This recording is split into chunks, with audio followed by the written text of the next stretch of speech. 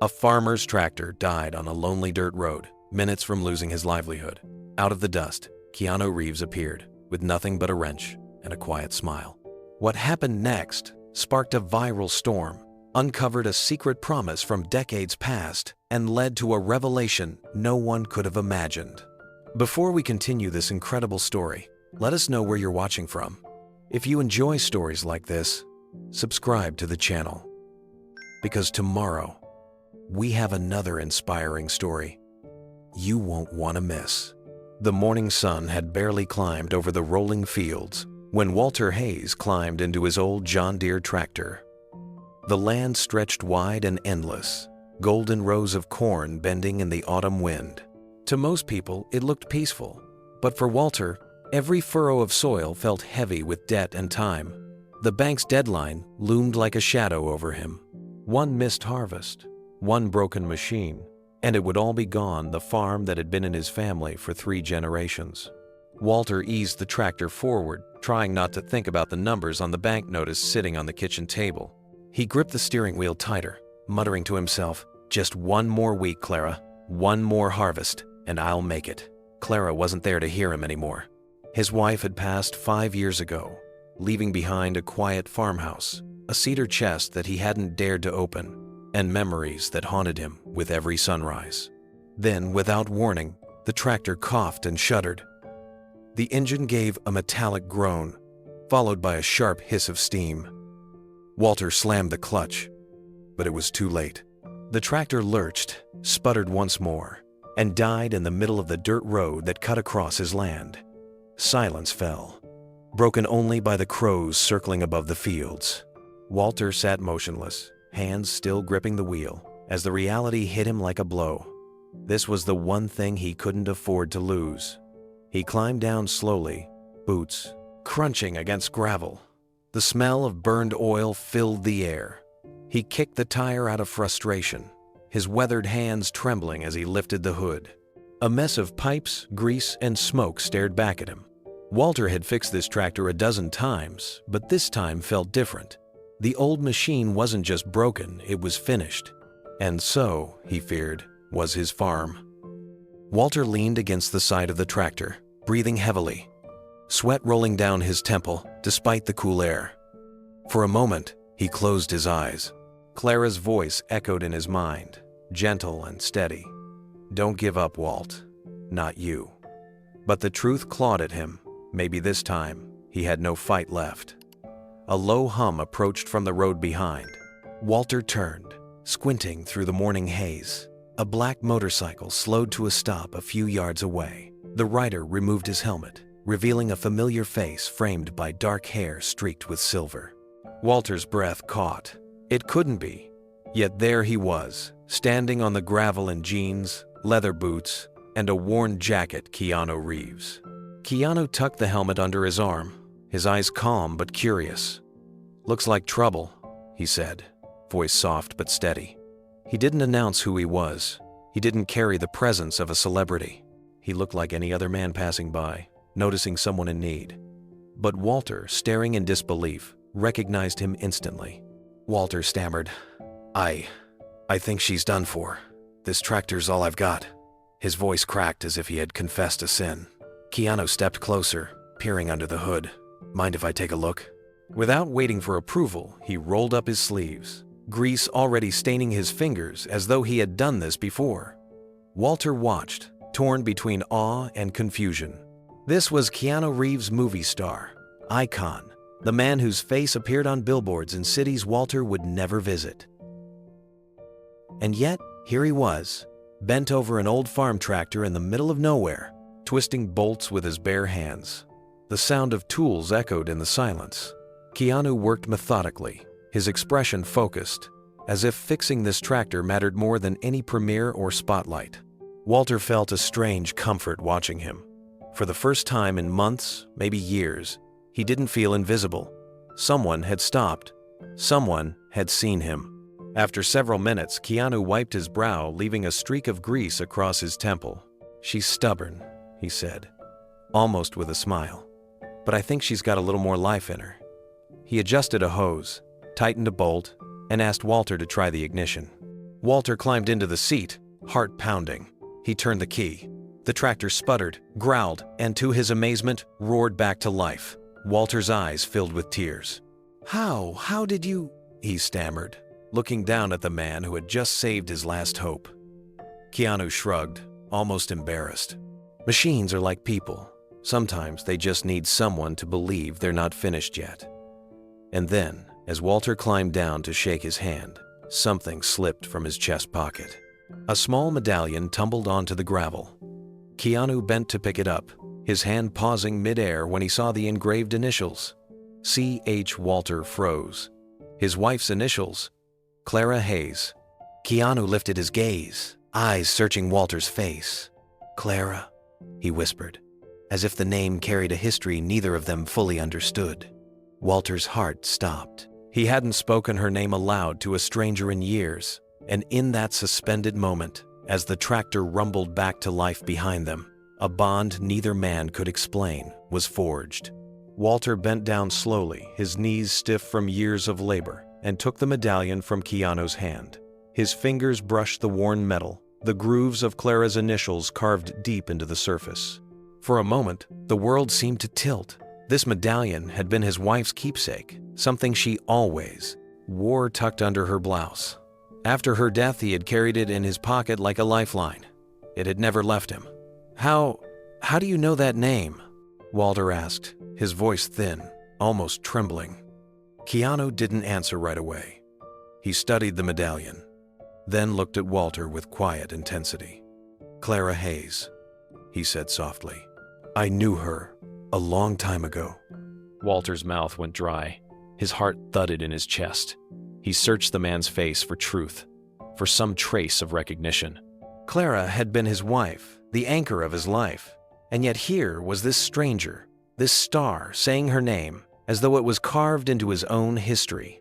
The silence between them thickened, broken only by the steady hum of the tractor behind them.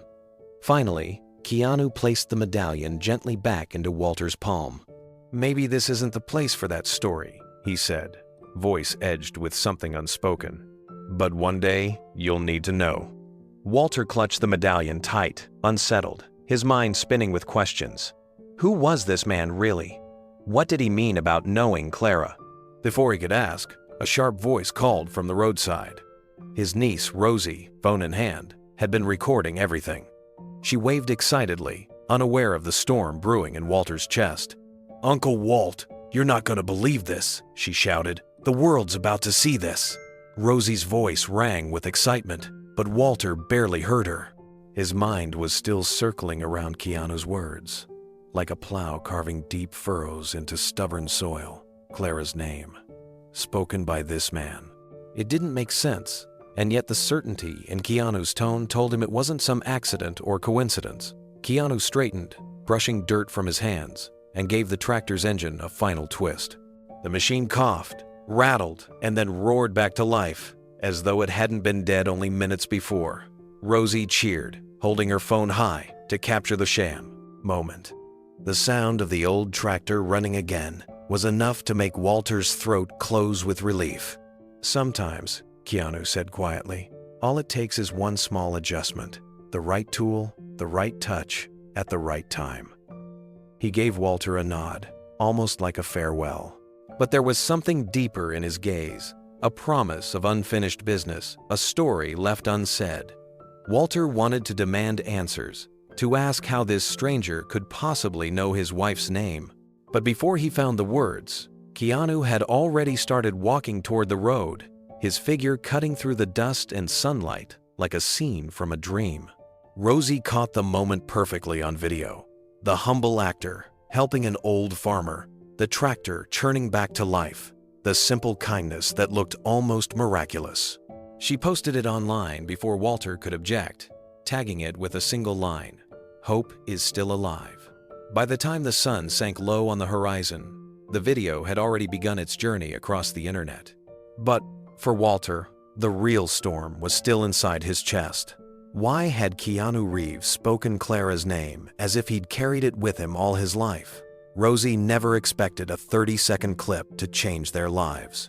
She had uploaded it in the heat of the moment, thumbs trembling with excitement. The caption simple and unpolished. Hope is still alive. By nightfall, her phone buzzed every few seconds.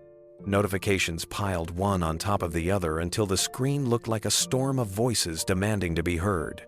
The first wave of comments was lighthearted people marveling at Keanu Reeves fixing an old tractor in the middle of nowhere. Strangers wrote things like, "Only Keanu would do this," and "John Wick saves the farm." Rosie laughed nervously at the jokes, but then the tone shifted. Thousands of people began noticing something more than celebrity novelty.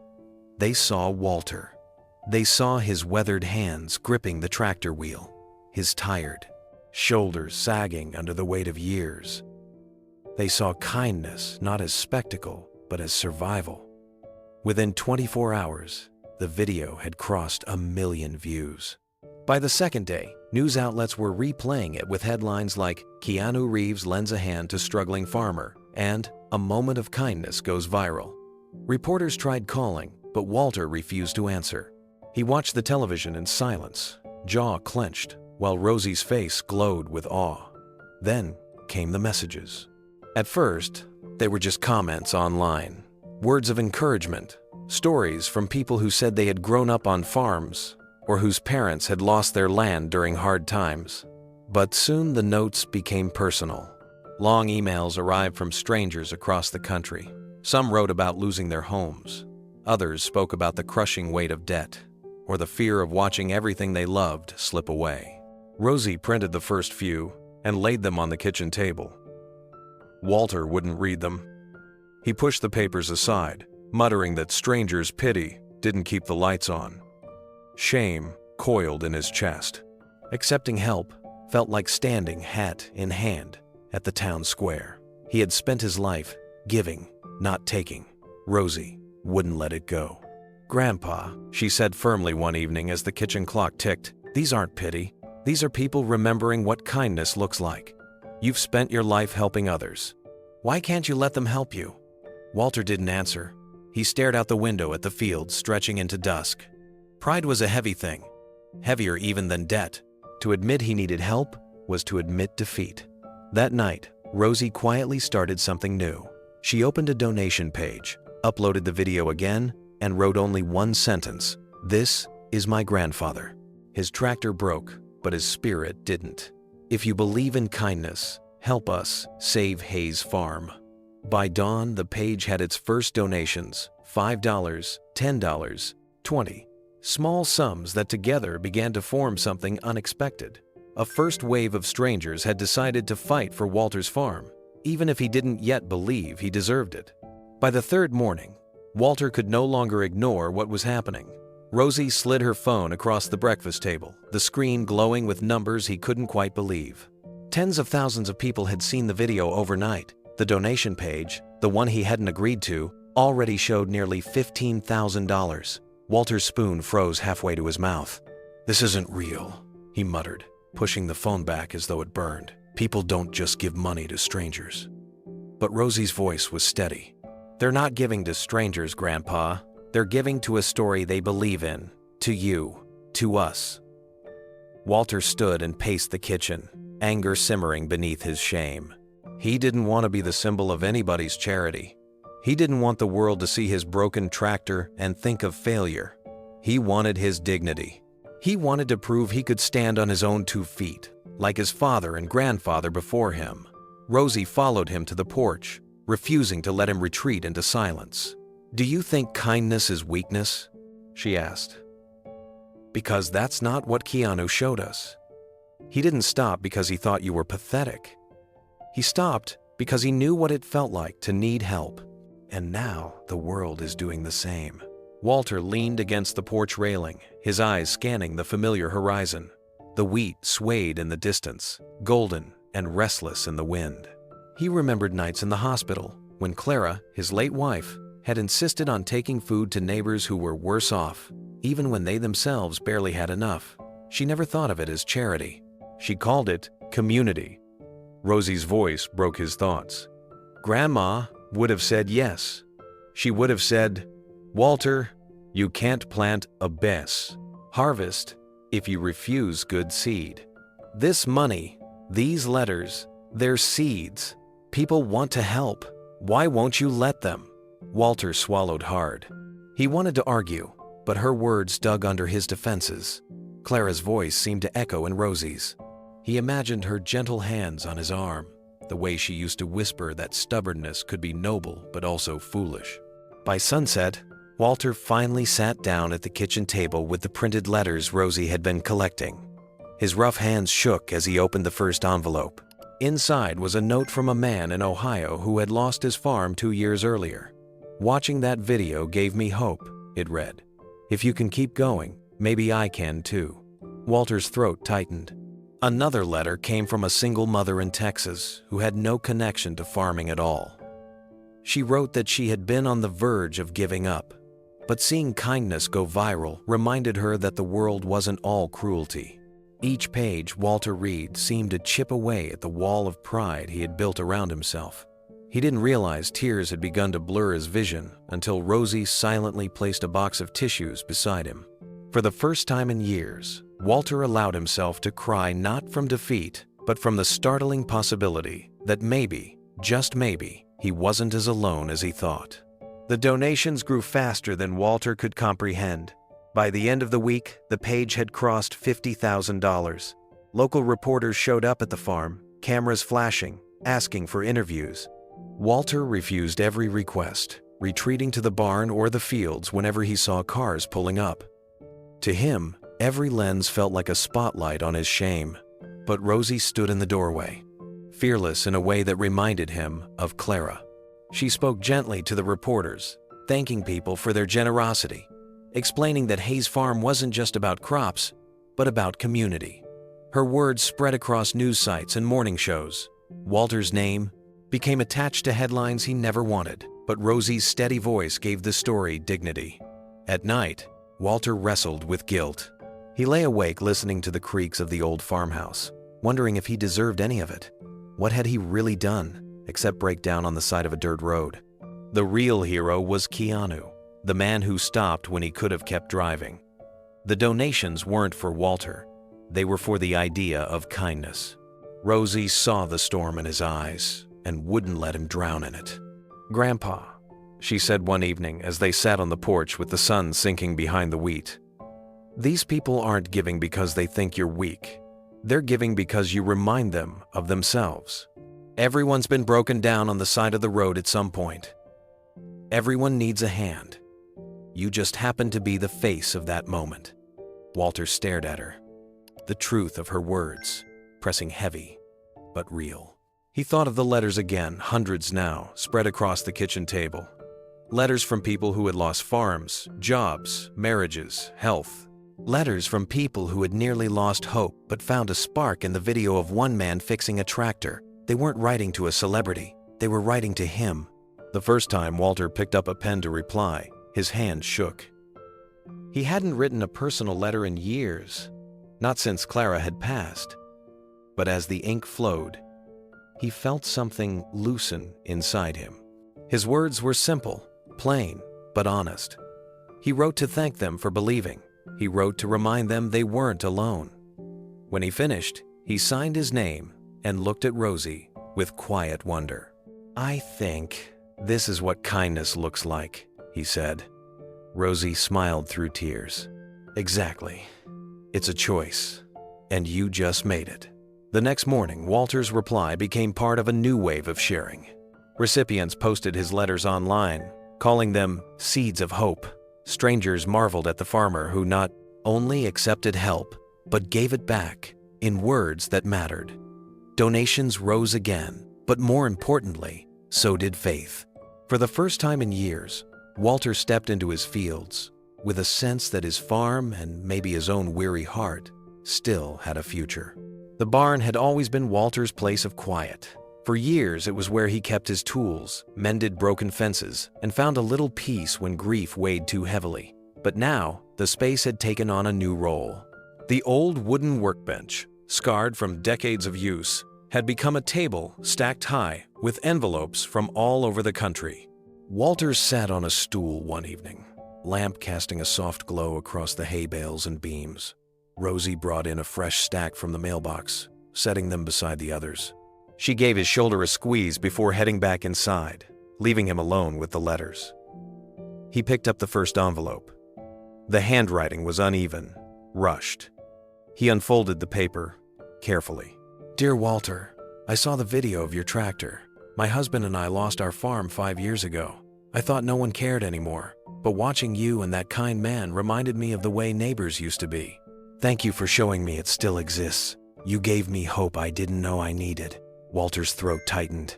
He set the letter down slowly. That simple moment, on a dirt road, had reached a woman hundreds of miles away, a stranger who understood his pain. He opened another. "Walter, I'm 16. My dad says farming is dying and I should leave the land, but I don't want to. I want to stay, like you. I want to believe there's still a future here. When I saw the video, I showed it to him. For the first time in years, he said maybe we should try again. Thank you for inspiring him. Thank you for inspiring me." Walter pressed the paper flat on the table, his hands trembling. A boy he had never met had looked at him and seen a reason to keep going. The barn was silent except for the rustle of envelopes as he opened more.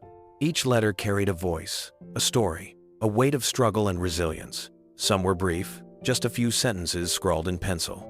Others were pages long, describing heartbreaks, foreclosures, illnesses, and yet always circling back to the same truth that a single act of kindness had stirred something deep in them. Walter leaned back, overwhelmed. He thought of Clara. She used to tell him that people carried more burdens than they showed, that kindness was never wasted even if you didn't see its effect. She had always believed in quiet gestures, the kind that mattered most. He reached for another envelope. This one was different. The handwriting was neat, almost elegant.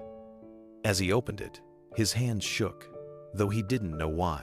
"Dear Walter, I didn't know your wife, but I feel as though I do through the way people describe her.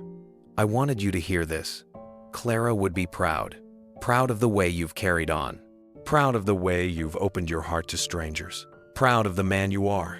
Please, don't ever think kindness is weakness. It's the greatest strength there is."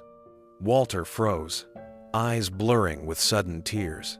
He whispered her name into the quiet barn, the word breaking in his throat.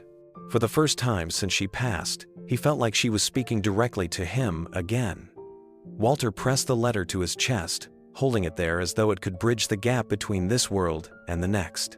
The barn seemed to hum with silence, every board and beam listening with him. Clara would be proud.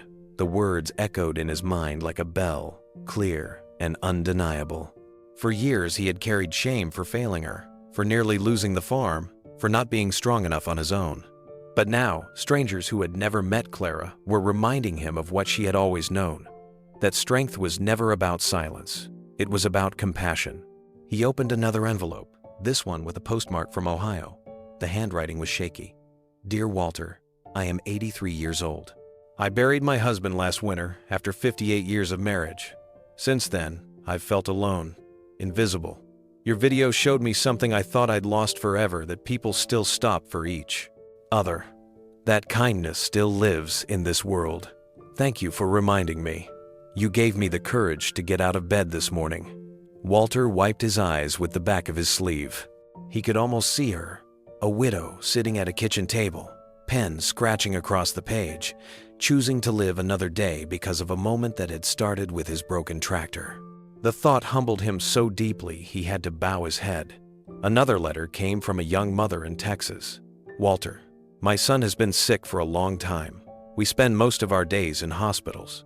When I showed him the video of you and Mr. Reeves fixing that tractor, he smiled for the first time in weeks. He said, 'See, Mom, good people are real. You gave my boy hope. I will never forget that.'" Walter's vision blurred again. He imagined that little boy, weak in a hospital bed, clinging to the idea that strangers could still be kind. That smile had come from something Walter never thought the world would see. The letters piled higher as the night went on. Stories of addiction fought, of debts forgiven, of friendships rekindled, all tied back to a single act of kindness witnessed on a dusty Kansas road. Walter read each one slowly, whispering the words aloud so they wouldn't vanish into silence. By the time he reached the bottom of the stack, the barn floor around him was littered with envelopes and papers. He sat back, exhausted but strangely alive. The shame he had carried felt lighter now. Each letter was proof that he hadn't just been the old man with a broken tractor. He had become part of something larger, an unspoken thread connecting strangers, binding them through their shared struggles and their shared hope. As he closed his eyes, he felt Clara's presence, stronger than ever. Maybe this wasn't weakness after all. Maybe this was what strength really looked like. The next morning, Walter carried a stack of letters back into the barn. He couldn't stay away from them. It was as though each envelope held a fragment of Clara's voice, urging him not to give up. Rosie joined him this time, sitting cross-legged on a hay bale, her eyes wide with curiosity. "Read some out loud," she urged. Walter hesitated, self-conscious, but he pulled one free and began. His voice was gravelly at first, but as the words filled the barn, they grew steadier. "Dear Walter, my daughter and I were about to lose our home. I was ready to give up. Then I saw your story. I realized if you could keep going, maybe I could too. I found a second job, and we're still hanging on. Thank you for reminding me not to quit." Rosie blinked hard, fighting tears. "Grandpa, these people see themselves in you." Walter picked another letter. "Walter, I'm a veteran. When I came home, I felt forgotten. Then I saw a man on a farm being helped by a stranger. It reminded me of the buddies who never left anyone behind. That moment gave me something I hadn't felt in years: belonging. Thank you." The barn seemed to breathe with the words, the walls holding the weight of countless voices. Rosie reached for a letter herself, reading aloud, one written in careful block letters by a child. "Dear Farmer, I showed my class your video. My teacher said kindness spreads like seeds. We all decided to do one kind thing this week because of you. I gave my lunch to a kid who didn't have one. It made me feel good. Thank you." Walter covered his face with both hands. His shoulders shook. It wasn't just grown men and women finding hope. It was children, learning early that kindness was powerful. Rosie leaned forward, her voice soft. "Grandma would be proud, Grandpa. You always said she believed in planting seeds. Look at them now. They're growing everywhere." For the first time, he believed it. Believed that kindness wasn't weakness. Believed Clara's legacy was alive in every letter, in every stranger, touched by a single broken tractor. He stacked the papers carefully, his hands gentler now, as though the words were sacred. A quiet conviction settled into him. He would keep reading, keep answering, keep carrying this responsibility, not because he sought recognition, but because people needed to know they weren't alone.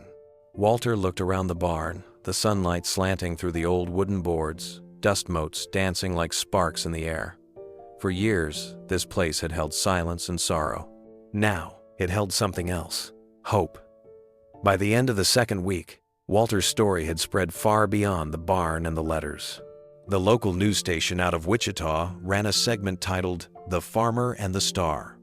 It showed the viral clip of Keanu Reeves kneeling in the dirt with a wrench, his hands blackened with grease, as he helped Walter's tractor roar back to life. The anchors spoke about more than a broken machine. They spoke about a broken system, about family farms vanishing, about what kindness could mean when a man with everything stopped to help a man with almost nothing. The piece aired on a Tuesday night. By Wednesday morning, donations to the GoFundMe doubled. Rosie's phone buzzed nonstop with notifications. Neighbors showed up at the farmhouse just to hug Walter, to tell him they were proud. Some slipped envelopes of cash into his hand, embarrassed but determined to help. Walter wanted to retreat from the attention, but Rosie wouldn't let him. "Grandpa, this isn't about you anymore," she said firmly. "This is about every farm that's hanging on by a thread. People need this story. They need you to let them care." So Walter endured the cameras when reporters drove out to Hayes Farm. He stood on the porch in his worn denim overalls, answering questions as simply as he could. He refused to make speeches, but his quiet dignity spoke louder than anything rehearsed. He told them about the farm, about Clara's belief in kindness, about Rosie's determination. That was enough. The momentum built. Within days, the fundraiser crossed $20,000. By the end of the week, it reached $35,000. The number on the screen glowed like a miracle. Walter had never seen that kind of money in his life. It felt surreal, almost impossible. But the numbers weren't the only miracle. Alongside the donations came testimonials from people in Millbrook, the small Kansas town that had known Walter his whole life. Martha Anderson, his neighbor for 40 years, gave an interview where she said, "Walter Hayes has fixed more tractors than I can count, and he never charged a dime. He loaned us seed one bad spring when we couldn't afford it. He taught my boy how to weld when no one else had the patience. If anyone deserves help, it's Walter." Others echoed her. The Johnson family remembered how Walter had taken care of their cows during a blizzard. A retired school teacher spoke about how he had built a wheelchair ramp for her husband after his stroke.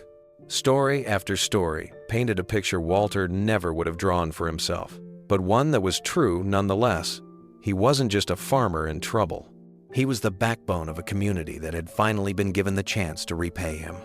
Walter sat on the porch with Rosie one evening, the sunset glowing red over the fields. He stared at the numbers on her phone, the wave of generosity that had nearly saved them. He let out a long breath, almost a laugh. "Well, Rosie girl," he said softly, "maybe we're going to make it after all." The following days brought a strange mix of excitement and unease. The donations kept flowing, but Walter couldn't shake the feeling that it was all a dream. He rose before dawn, still doing chores as if nothing had changed. He fed the chickens, checked the fences, and carried water to the livestock, refusing to let hope loosen his grip on the work he knew so well. Neighbors came by more often now, some just to shake his hand, others to drop off meals. More than once, Walter returned from the barn to find a casserole cooling on the porch. Rosie teased him that they wouldn't need groceries for weeks, but beneath the laughter, Walter felt the weight of gratitude pressing heavier than any debt. He had never been on this side of kindness before. Then, just as quickly as the surge had begun, it slowed. For nearly 2 weeks, the total hovered just under the goal, 33,000. Then, 34. A few hundred more trickled in. Finally, the screen read 35,000 even. The community celebrated, believing the crisis was over. But Walter knew the truth. Repairs, supplies, and payments to the bank all added up to more than the neat round figure. When Rosie calculated carefully, they discovered the cruel gap, $1,800 still missing. Without it, they would keep treading water, waiting for another collapse. Walter tried to hide his disappointment, but Rosie noticed. She always noticed. She pressed the phone into his hand. "We're so close, Grandpa. People will keep giving. They just need more time." Walter shook his head. "Time's the one thing we don't have. The bank doesn't wait. Crops don't wait. I can't risk dragging this out any longer." "But you can't stop now," Rosie protested. "Look how far we've come. Look what people have done for us." Walter's eyes softened, but his shoulders sagged under the weight of reality. "I know, sweetheart, and I'll never forget it. But sometimes, even when the whole world wants to help, it isn't enough." That evening, he called the bank himself. Rosie overheard fragments of the conversation through the kitchen door.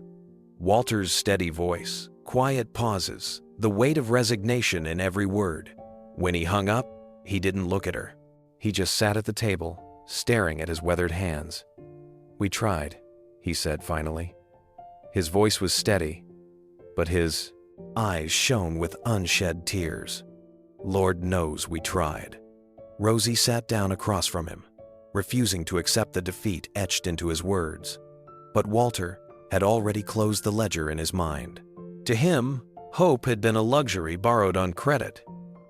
And now, the bill had come due. The night after Walter made the call to the bank, the farmhouse was quieter than usual. Rosie sat in the living room with a stack of letters, reading them one by one, hoping the words of strangers would lift her grandfather's spirit again. But Walter didn't join her. Instead, he stayed out on the porch, his silhouette hunched against the fading light, staring across the fields as though trying to memorize them. Rosie finally stepped outside and stood beside him. "You've been out here for hours," she said softly. Walter didn't answer right away. He just let the cool Kansas breeze move through the porch rails before he spoke. "Your grandma and I built everything out there with our hands. Every fence post, every row of wheat, every nail in this porch. I thought if I worked hard enough, if I did right by the land, it would be enough to keep it going. But now..." He shook his head. "Now I see it slipping, even with the whole world trying to help." Rosie's throat tightened. She hated seeing him like this, so weary, so close to surrender. "Grandpa, don't say that. You haven't lost yet. You said yourself we tried. Maybe that's enough. Maybe it's about showing people what trying looks like." Walter turned to her, his eyes shadowed with exhaustion but also pride.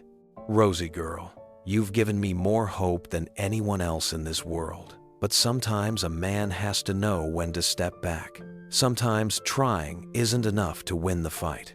And I don't want you carrying the burden of my failures." She shook her head fiercely. "They're not failures. You taught me what it means to keep going, even when everything's against you. Grandma would never call this a failure." The silence stretched between them, broken only by the chirping of crickets in the fields. Walter finally rose, patting her shoulder gently. "It's late. Get some rest. Tomorrow we'll figure out what comes next." Inside, Rosie sat awake long after he went to bed. She read more letters by lamplight, letters from people who had nearly given up but found courage through Walter's story. She thought of the widow who had found a reason to rise from bed, of the boy who wanted to stay on his family's farm, of the sick child who smiled for the first time in weeks. Each one saw something in her grandfather that he couldn't see in himself. She whispered into the quiet room, as though Clara might still be listening. "He can't give up now, not when he's given so many people hope. There has to be a way." But in his bedroom down the hall, Walter lay awake too. He stared at the ceiling, hearing Clara's voice in his memory, reminding him of promises, of kindness, of the strength in carrying others' burdens. And yet, exhaustion dulled everything. As far as he could see, the fight had ended. For the first time in months, Walter let himself believe they had lost. Walter woke the next morning, prepared to shoulder his decision in silence. He dressed in the same faded denim overalls, brewed coffee, and stepped onto the porch. But the sight that met him stopped him cold. The gravel road leading to Hayes Farm was filled with trucks and cars. They stretched all the way back to the county road, engines rumbling, dust hanging in the morning air. Men and women stepped out carrying folding tables, coolers, boxes of baked goods, and handmade signs. Children ran ahead with balloons and lemonade pitchers. It looked less like a funeral for a dying farm and more like a parade. Rosie burst out of the house, her face lit with disbelief. "Grandpa, look!" Before Walter could speak, Martha Anderson marched up the porch steps, her arms crossed with determination. "Don't you dare say it's over, Walter Hayes. Not when you've spent 40 years helping this town. You think we'd let you fall alone? No, sir. Today we give back." Walter tried to protest, but Martha waved him off and signaled to the others. Within minutes, his yard became a flurry of activity. Folding tables were set up under the oak tree. Pies, cakes, and breads filled every inch of space. Children hammered handmade signs into the ground. "Bake sale today for Hayes Farm." Down by the road, young men in ball caps rolled hoses and buckets into place. A row of trucks lined up for what quickly became the first ever Millbrook Community Car Wash.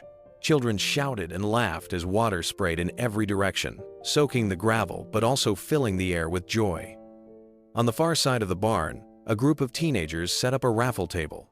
Local businesses had donated prizes, free oil changes, a year's supply of feed, gift certificates from the diner. Tickets were sold for $1 apiece, and the line grew fast. Rosie moved among them, her energy contagious. She handed out lemonade, hugged children, and thanked every single person who arrived.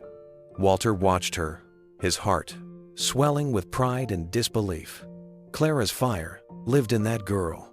The same relentless spirit that believed kindness always found a way. And then came the farmers.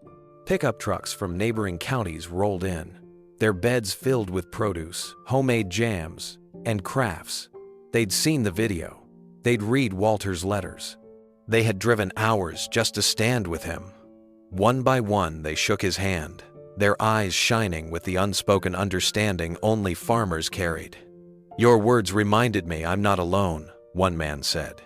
"You saved my marriage," another confessed quietly. "That letter you wrote, it came the day I needed it most." Walter had no words. He felt small in the face of such gratitude. His knees threatened to buckle, but Rosie steadied him. The town hadn't just arrived, it had risen. By midday, the farmyard buzzed like a fairground. The smell of cinnamon rolls drifted from Martha's table, where a hand-painted sign read, "Every dollar goes to Hayes Farm."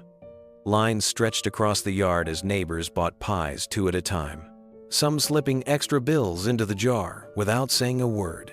Children sold cups of lemonade for 50 cents, though many customers paid $10 and walked away smiling. Walter moved slowly among the crowd, overwhelmed by the noise and color. He had spent months believing he stood alone against the weight of failure. Now, everywhere he looked, people were lifting him up. At the raffle table, Preston Blackwell, the banker Walter once feared, was selling tickets with a grin. "Step right up, folks," he called. "2 tickets for $1 today? Let's save this farm." Walter shook his head in disbelief. A man who had once been only numbers and ledgers now stood shoulder to shoulder with neighbors, sleeves rolled up, working for him. Rosie rushed over, cheeks flushed, hands full of envelopes. "Grandpa, you have to hear this." She pulled him to the side where a woman in her 60s stood, nervously clutching a letter. "I drove from Oklahoma," the woman explained. "My husband and I saw the video. When I read your letter, I felt like you were talking to me. You reminded me that kindness is still alive, so I baked every pie I could carry and brought them here. I just wanted to say thank you." Walter tried to respond, but his throat closed. He managed a nod and a rough whisper. "Thank you." The afternoon sun glinted off wet windshields as the car wash picked up speed. Teenagers scrubbed with furious energy, while younger children sprayed water at each other, laughing until their sides hurt. Every honking horn that rolled out meant another donation. Near the barn, Rosie had organized a storytelling circle. People who had once received Walter's quiet help now took turns sharing aloud. A man described how Walter had repaired his combine without charging a cent. A widow told of how Walter and Clara once left food on her porch every week after her husband died. Another family explained that when their barn caught fire, Walter was the first to arrive with buckets and shovels, staying until the last ember went out. Walter listened, his chest tight. These weren't stories he had ever expected to hear again. He had done those things because it was right, because Clara had taught him that neighbors were family whether they shared blood or not. But to hear them remembered now, lifted up like treasures, broke something open in him.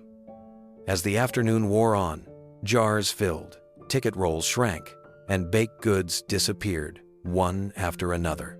The farm, which only days before had felt like a place of endings, now pulsed with life. Hope wasn't trickling in anymore, it was pouring.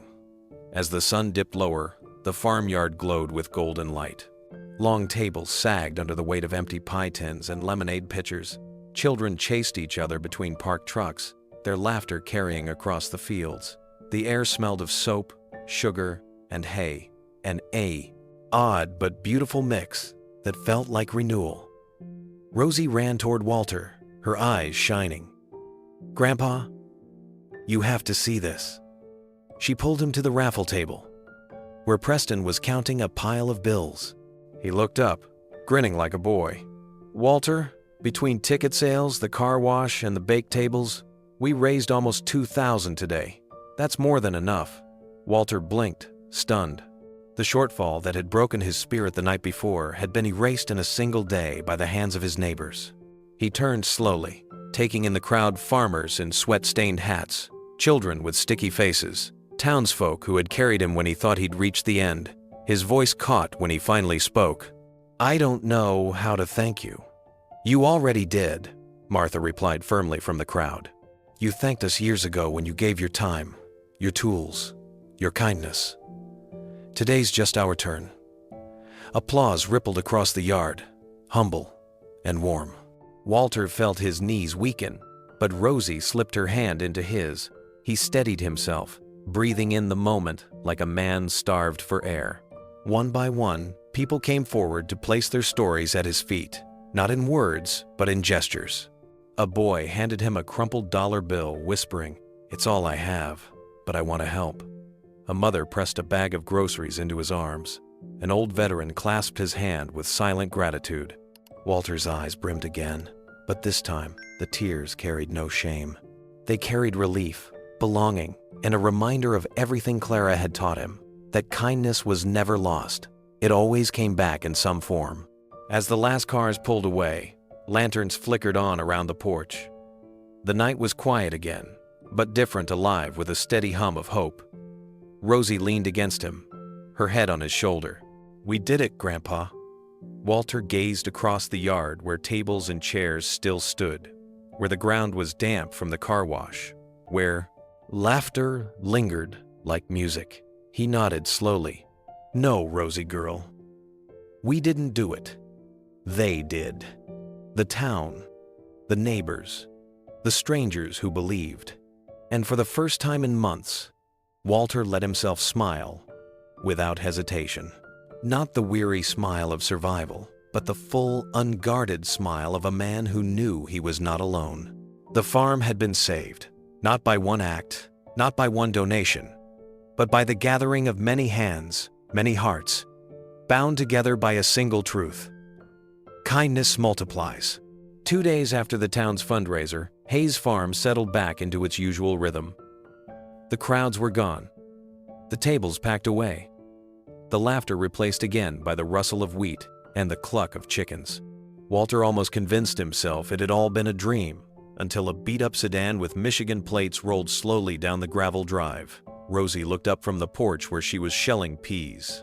"Grandpa, do we know anyone from Detroit?" Walter shook his head, wary but curious. The car pulled to a stop, and a woman in her early 40s stepped out.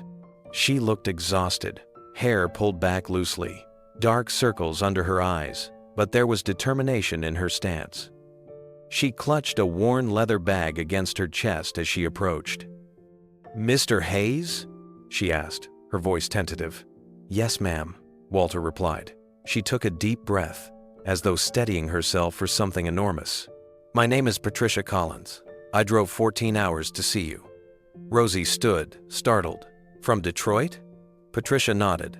"Because I had to tell you this in person." Walter exchanged a puzzled glance with his granddaughter. "I don't understand." Patricia opened her bag and pulled out a folded letter, its edges creased from being read and reread. She handed it to him with trembling hands. "You wrote this." Walter adjusted his glasses and looked down. His breath caught. It was one of the letters he had written late at night in the barn. Words scrawled with aching hands, but sent with sincerity. He remembered it, written to a woman who had confessed she was ready to give up on life itself. You got my letter?" Walter whispered. Patricia's eyes filled. "I didn't just get it. It saved me." She paused, her voice breaking. "The night before it arrived, I had decided I couldn't go on. I had a bottle of pills on my kitchen table. Then, the mail came. I opened your envelope and read your words. You said, 'Don't confuse struggle with failure. Struggle means you're still fighting. And as long as you're fighting, you're alive. And as long as you're alive, hope is still possible.'" Rosie's hand flew to her mouth. Walter stood frozen, the letter trembling in his grip. Patricia wiped her eyes. "I sat there and read it over and over, and then I put the pills away. I called my sister instead. That letter gave me enough strength to ask for help. And I'm here today because of it, because of you." The weight of her words pressed into Walter's chest, heavier than any debt, deeper than any harvest. He stared at her, struggling to breathe through the swell of emotion. He had written hundreds of letters, never knowing what became of them. But now here was living proof that his words had mattered, that they had reached someone in the darkest moment and pulled her back. Patricia sat down on the porch steps, her hands still trembling as if the weight of her confession had left her weak. Walter lowered himself beside her, clutching the letter as though it were made of glass. Rosie quietly slipped inside to bring them iced tea, giving Patricia space to speak. Patricia's voice steadied as she went on. I lost my job 2 years ago. I tried everything: temp work, night shifts, but nothing stuck. Then my husband walked out, said he couldn't handle the stress. I sold furniture to keep the lights on. Finally, the eviction notice came. That's when I wrote you. She looked at Walter, her eyes wide with disbelief. I didn't think anyone would write back, but you did. Walter swallowed hard. He remembered that night vividly. He had almost thrown the letter aside, telling himself he wasn't qualified to help someone so far away, someone drowning in a world he couldn't fix. But Clara's voice had nudged him, reminding him that sometimes a single sentence could be a lifeline. He had written anyway. Patricia pulled an envelope from her bag and pressed it into his hand. This is for you. It's not much, but it's mine. I wanted to give it in person. Walter opened it slowly, expecting a letter, but inside were neatly folded bills, 5 20s, crumpled but carefully saved. He stared at the money, then back at Patricia. You drove 14 hours to hand me this? Yes, she said simply. Because it's not about the amount. It's about saying thank you the only way I know how. You saved my life, Mr. Hayes. That makes this farm part of my story too. Walter tried to protest, but Patricia shook her head firmly. Don't you see? Your letters aren't just paper. They're proof that even when life feels unbearable, someone out there still cares. I needed that more than I ever needed money. Rosie returned and set down glasses of tea, her own eyes wet. She sat on the step below them, listening intently. Patricia turned to her. You should know this, young lady. Your grandfather doesn't just write words. He writes hope. He writes reminders to people like me that we're not invisible. Walter felt his throat tighten again. For so long, he had thought the letters were small things, gestures to pass the time, a way of answering strangers with decency. Now, sitting beside this woman who had come all the way from Detroit just to say thank you, he saw them for what they were, lifelines. Rosie reached over and squeezed his hand. Grandma would be so proud, she whispered. Walter couldn't speak. He could only nod, gripping the worn letter and the crumpled bills, realizing that what he had thought was weakness had been strength all along. Word of Patricia's arrival spread quickly through Millbrook. By late afternoon, neighbors drifted back to the farm, curious about the woman who had driven across half the country. Someone set out chairs under the oak tree, and before long, a small crowd gathered. Patricia stood nervously at the front, clutching Walter's letter in one hand. I don't know how to speak in front of people, she admitted, her voice shaky. But I came here because this farm, this man saved my life. The crowd grew still, even the children quieted. Patricia held up the letter, the paper worn thin. I was ready to leave this world. I thought no one saw me anymore. Then this arrived. Walter's words told me that struggling didn't mean I was weak, that fighting meant I was still alive, that hope could still grow. That letter stopped me from doing something final, and I'm standing here today because he cared enough to write. Martha Anderson dabbed her eyes with a handkerchief.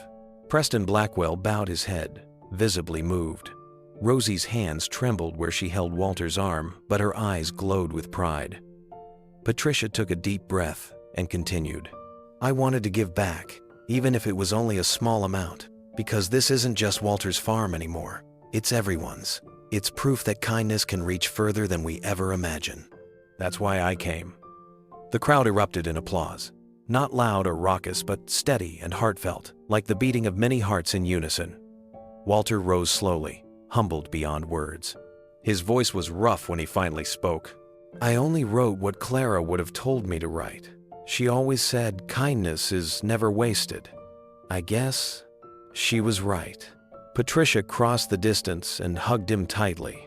For a moment, Walter closed his eyes and let the embrace sink deep, as though it carried all the voices from every letter he had ever written. When she stepped back, his face was wet with tears, but his eyes held something new certainty.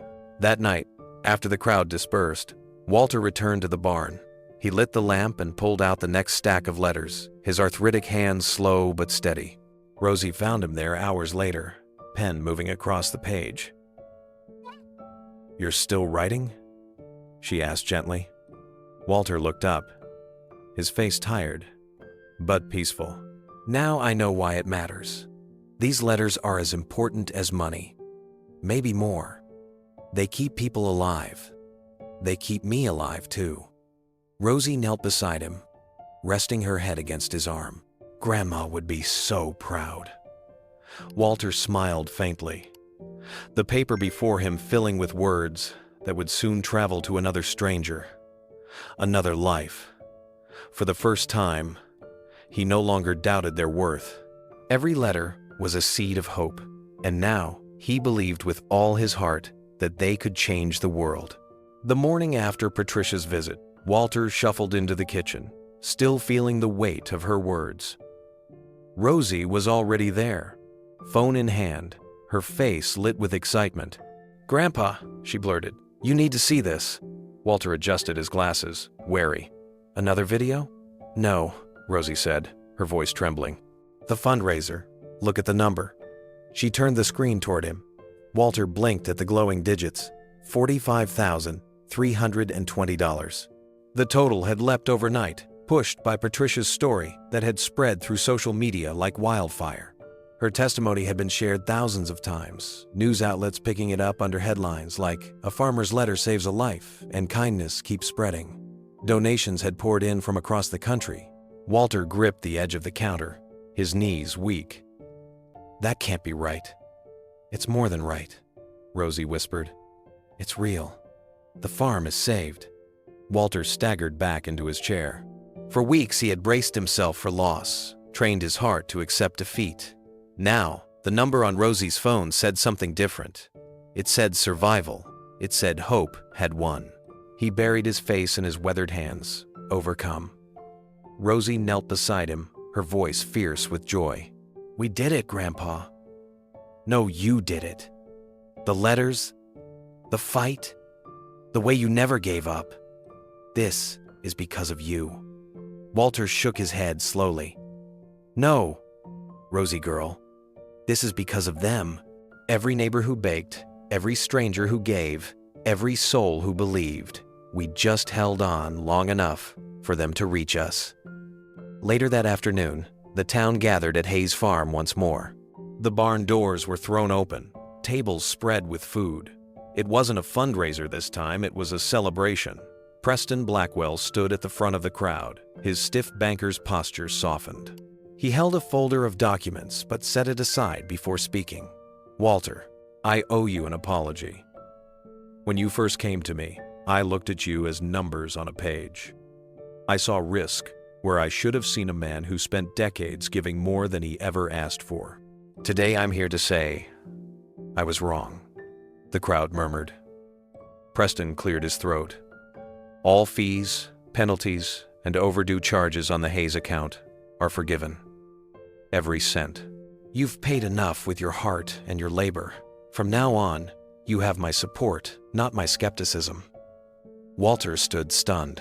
For years, Preston had been the face of hard realities, of cold ledgers and deadlines.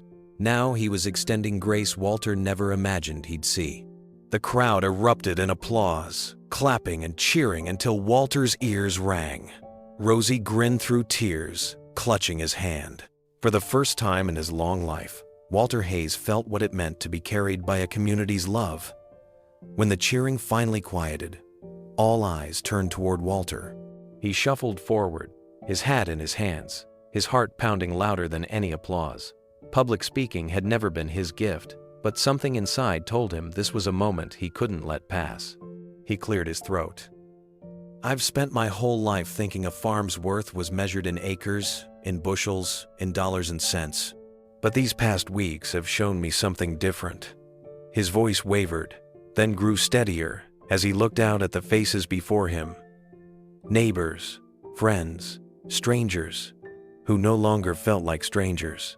"This farm isn't standing because of me," Walter continued. "It's standing because of all of you, because people cared enough to stop, to give, to show up. And it's reminded me of something my Clara used to say. He paused, his throat tightening around the memory of her voice. The best crop you can grow is kindness. The crowd grew silent, leaning in. I didn't understand it when she first said it, Walter admitted. I thought she was just being poetic, but now I see it. Plain, kindness is the one harvest that never fails. You plant it in small acts, in letters, in standing beside your neighbors, and it grows into something bigger than any of us. Rosie wiped her eyes openly. Martha Anderson nodded fiercely, her own cheeks wet. Even Preston lowered his head, humbled. Walter's voice grew firmer. I was ashamed when that tractor broke down. I thought it meant I'd failed. But it turns out, that broken machine gave the world a glimpse of something we'd all forgotten, that kindness still matters, that we still belong to each other. And for that, I am grateful. More grateful than words can say. Applause surged again. This time, accompanied by shouts of agreement. Some people hugged their neighbors. Others lifted their children onto their shoulders so they wouldn't forget the sight. Walter felt the warmth wash over him, not as a spotlight, but as a steady fire built from hundreds of hands. Rosie leaned close as the applause echoed through the barn. Grandpa, that was perfect. Walter smiled faintly, eyes misty. Those weren't my words, they were Clara's. I just borrowed them. The celebration rolled on, with music from a local fiddler and laughter spilling across the fields. But for Walter, the true moment had already happened. He had spoken aloud the truth he now believed with all his heart, that kindness was the greatest crop, the one worth planting over and over again. That night, long after the last truck had rumbled down the gravel road and the barn lights had gone dark, the farmhouse sat in deep quiet. Rosie had fallen asleep quickly, her exhaustion mingled with joy, but Walter lingered awake. Something within him would not let him rest. He slipped from his bed, pulled on his boots, and stepped outside. The night air was cool, filled with the hum of crickets and the distant rustle of wheat. The stars stretched endlessly above him, sharp and bright against the dark. For the first time in weeks, he felt the land not as a weight pressing down on him, but as a presence alive with promise. Walter walked to the barn. Inside, the scent of hay and oil lingered, the familiar smells of his life. He sat on a wooden crate, pulled a chain from beneath his shirt, and held Clara's small silver medallion in his palm. Its edges were worn smooth from decades of touch, a quiet relic of the woman who had been his anchor. Clara, he whispered into the silence. We made it. Somehow, against all odds, we made it. His thumb traced the medallion's curve as memories filled him, her laughter in the kitchen, her voice urging him to keep faith, her belief that kindness could feed a soul better than bread. Tonight, he finally understood. Every act of kindness he had offered, every letter he had written, every hand that reached back to help him, it was her crop, growing still, long after she was gone. Tears slipped down his cheeks, but they were not heavy with sorrow. They were light with release, with gratitude. He looked at the medallion as if it still carried her warmth. You were right, all along. The best crop we can grow is kindness, and this harvest isn't mine. It belongs to everyone who believed. The barn creaked softly, the fields breathed in the wind, and for the first time since Clara's passing, Walter felt as though he wasn't alone in the night. She was there, in the medallion, in the land, in Rosie's fire, in the hands of strangers who had given more than he ever dreamed. Walter tucked the medallion back under his shirt, rose slowly, and gazed at the farm that had been saved. He no longer saw acres of debt or looming deadlines. He saw a living testament to community, to resilience, to a love that had outlasted even loss. When he finally returned inside, his steps were steady. Sleep came easily, his heart lighter than it had been in years. The farm was alive, and so was he. The days after the fundraiser passed in a calmer rhythm. For the first time in months, Walter woke without dread tightening his chest. The field still needed tending, the chores never ended, but now there was a safety net beneath him. He knew the farm would hold. Yet peace brought with it another stirring, a whisper he had ignored for 5 long years. It called from the upstairs bedroom, where a cedar chest sat beneath the window, Clara's chest. He hadn't opened it since the day they laid her to rest. Every time he passed by, his heart clenched, and he turned away. Inside were her things, her scent, her memory too sharp to face. But now, with the farm saved and hope rekindled, Walter felt the pull more strongly than ever. One evening, after Rosie had gone to town, Walter climbed the stairs alone. The late afternoon sun painted the room golden, dust floating gently through the air. He sank to his knees before the chest, his hands trembling as he brushed the lid. For a long while he just sat there, listening to the silence, hearing Clara's laughter echo faintly in memory. Finally, he drew a breath and lifted the lid. The familiar scent of cedar rose instantly, mingled with something softer, lavender perhaps, or simply the trace of Clara herself that clung to the fabrics she had folded with such care. Inside were neatly stacked quilts, her Sunday hat, a worn Bible with her notes in the margins. Walter's hands shook as he lifted each piece, his throat tightening with every memory. Then, beneath the layers of fabric, he found something unexpected. A small wooden box, darker than the cedar around it, tied with a faded ribbon. His name was written across the top in Clara's looping hand. Walter froze, his breath caught. With trembling fingers, he untied the ribbon and opened the box. Inside lay a stack of envelopes, carefully bundled with twine. They weren't addressed to him. They were letters, dozens of them between Clara and someone else.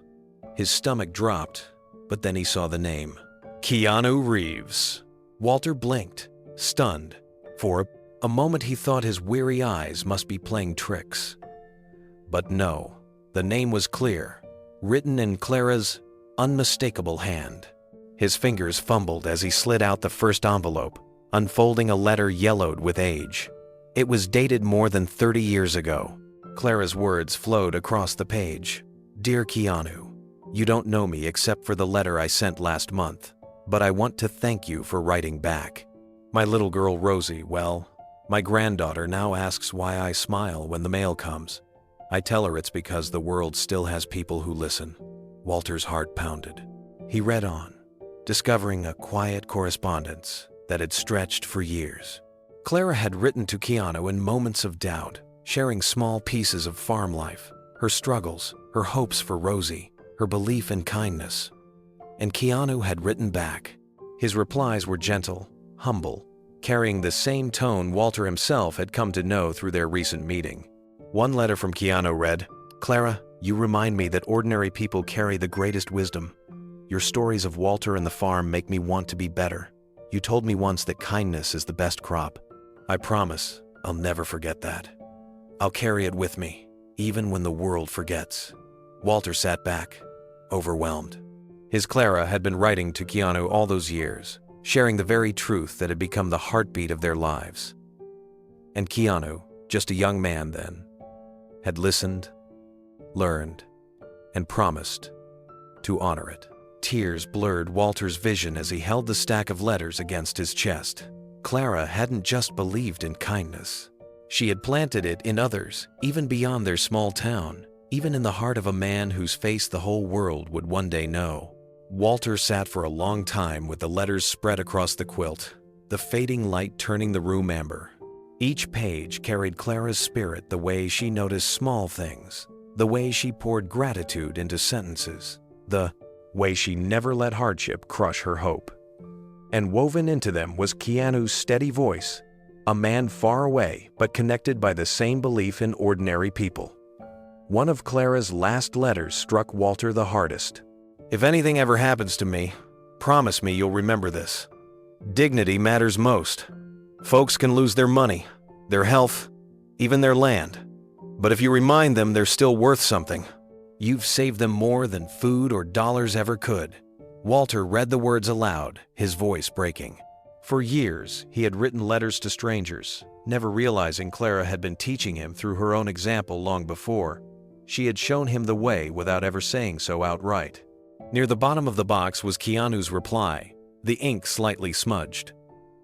Clara, I will keep your words with me. I may live under lights and cameras, but I don't want to forget the people who work in silence. I'll remember your promise. Never forget ordinary people, and I'll try, in my own way, to pass it on. Walter pressed the page to his chest. He suddenly understood why Keanu had appeared that day on the dirt road, why his help had felt like more than coincidence. The letters were not just a forgotten exchange. They were seeds, carried across decades, now sprouting into the very moment that had saved Hayes Farm. Closing the cedar chest, Walter whispered into the quiet room, "You kept your promise, Clara, and now it's mine to keep too." He tied the bundle of letters back together, but not with sorrow. This time he felt Clara's presence as a steady warmth, urging him forward. Her hope chest had not been filled with trinkets, but with a legacy, a hidden harvest of words that proved kindness could cross years, miles, even death itself. And Walter knew he would carry that promise until his last breath. Walter barely slept after opening Clara's cedar chest. He kept waking, hearing her words in his mind, the sentences she had written with such simple faith. He rose before dawn and sat at the kitchen table with the bundle of letters in front of him, the lamplight spilling across the pages. One by one, he reread them. Clara had poured her heart into every letter, not just to Keanu, but to the future. She had written about Rosie's first steps, about storms that destroyed crops, about the loneliness that sometimes came with farming. And in each letter, she reminded Keanu that ordinary people, the ones who worked without applause, were the foundation of the world. Walter reached one of Keanu's earliest replies. The ink was faded, but the message was clear. "Clara, I may never meet Walter, but I want you to know that his life matters to me. If I ever have a chance, I will carry your words into my own actions. I'll help someone like him in honor of you." Walter's chest tightened. Until this moment, he had believed Keanu's appearance on that dirt road was chance, a miracle of timing. But now, he saw it differently. It wasn't random. It was rooted in a promise. Clara had asked him decades ago to remember men like Walter, the quiet workers, the ones who gave without expecting return. And Keanu had kept that promise. The thought shook Walter to his core. His wife, gone 5 years now, had still been shaping his life. She had left a thread that stretched from their little farmhouse all the way to Hollywood. And through that thread, she had ensured Walter wouldn't be forgotten. Rosie padded into the kitchen, rubbing her eyes. "Grandpa, you're up early." Walter looked at her, his voice hushed. "Rosie girl, it wasn't luck. Keanu showing up that day, it wasn't luck at all. It was Clara." Rosie frowned, confused, until he pushed the letters toward her. She skimmed a few lines, her eyes widening. "She wrote to him all those years ago?" "She did," Walter said softly, and he wrote back. She asked him to remember ordinary people, to keep kindness alive in small ways. And he promised her. He promised her, Rosie. That's why he stopped on that road. That's why he picked up a wrench and saved me. Rosie's hand flew to her mouth. For a long moment, neither of them spoke. The kitchen filled with the quiet hum of the refrigerator and the steady tick of the old wall clock. Finally, Rosie whispered, "Grandma's still taking care of us, isn't she?" Walter nodded, tears sliding down his weathered cheeks. "She always has been." Later that morning, Walter returned to the barn. He carried with him the letters, but also something heavier, a need to respond. He knew Keanu didn't expect thanks. The man had never sought attention for what he did. But Walter felt a pull, strong and undeniable, to reach back across the years. He pulled out Rosie's old laptop, awkward with the keys but determined. The screen glowed, waiting. He began typing, slowly at first, then with growing clarity. "Mr. Reeves," he wrote, "I doubt you remember every letter you've ever received, but I need you to know the difference yours made in my life. You once promised a woman named Clara that you would never forget ordinary people. I am her husband, and I believe you kept that promise the day you stopped on a dusty road in Kansas." His hand shook, but he pressed on. "You saved more than a tractor. You saved a farm, a family, and a man who had nearly given up. I thought your kindness was coincidence, but now I see it was Clara's design. She asked you to remember us, and you did. For that, I thank you, with all I have left." Walter paused with his hands resting on the keyboard, staring at the words he had written. The barn smelled of hay and old cedar, and he could almost feel Clara beside him, urging him not to stop halfway. She had always pushed him toward courage when he wanted to retreat. He added more lines, each one spilling from his heart. "I don't know how many promises you've had to carry in your life, but I know this one has lasted. Clara is gone, but she lives in these letters, and she lives in what you've done. I see now that kindness isn't weakness. It's the strongest thing we have. My granddaughter is learning that because of you, because of her grandmother, and because of what you chose to do." His vision blurred. He wiped at his eyes and kept typing. "If you ever find yourself back in Kansas, I'd like to meet you properly. Not as a famous actor, but as the boy who once wrote to a scared farm girl in a hospital ward. I'd like to shake your hand, share a meal, and tell you what she meant to me. Until then, know that you've honored her better than I ever could." Walter read the letter twice through. Every sentence felt bare, stripped of the defenses he usually hid behind. For years he had thought dignity meant refusing help, standing on his own no matter the weight. But Clara's letters, and Keanu's response across decades, showed him another kind of dignity, the kind found in giving and receiving love without shame. With a deep breath, Walter signed his name. Sincerely, Walter Hayes. Rosie came into the barn just as he hovered over the send button. "Grandpa, are you really writing him?" "I am," Walter said. "Your grandmother trusted him with a promise. The least I can do is tell him he kept it." Rosie leaned over his shoulder, reading the words silently. When she finished, her eyes shone with pride. "Send it, Grandpa." Walter clicked. The message flew out into the digital world, carrying Clara's memory with it. For the first time in years, Walter felt lighter, as if the weight of silence had finally been lifted from his chest. Walter checked his email more times in a single day than he had in his entire life before Rosie set up the account for him. Each buzz from the phone made his heart leap, only to sink when it turned out to be a newsletter or some piece of junk. 3 days passed. 4. He convinced himself that the message had gone into some assistant's pile, one that would never reach Keanu. Then, on the 5th morning, Rosie came running across the yard again, waving the phone high in the air. "Grandpa, you got a reply." Walter's knees nearly buckled. He took the phone with trembling hands and held it out as far as he could, squinting at the small screen until Rosie laughed and fetched his reading glasses. Together, they read the email. It was signed by Sarah Cole, Keanu's assistant. Her words were careful and warm. "Mr. Reeves read your message personally. He was deeply moved by what you wrote about Clara and the promise.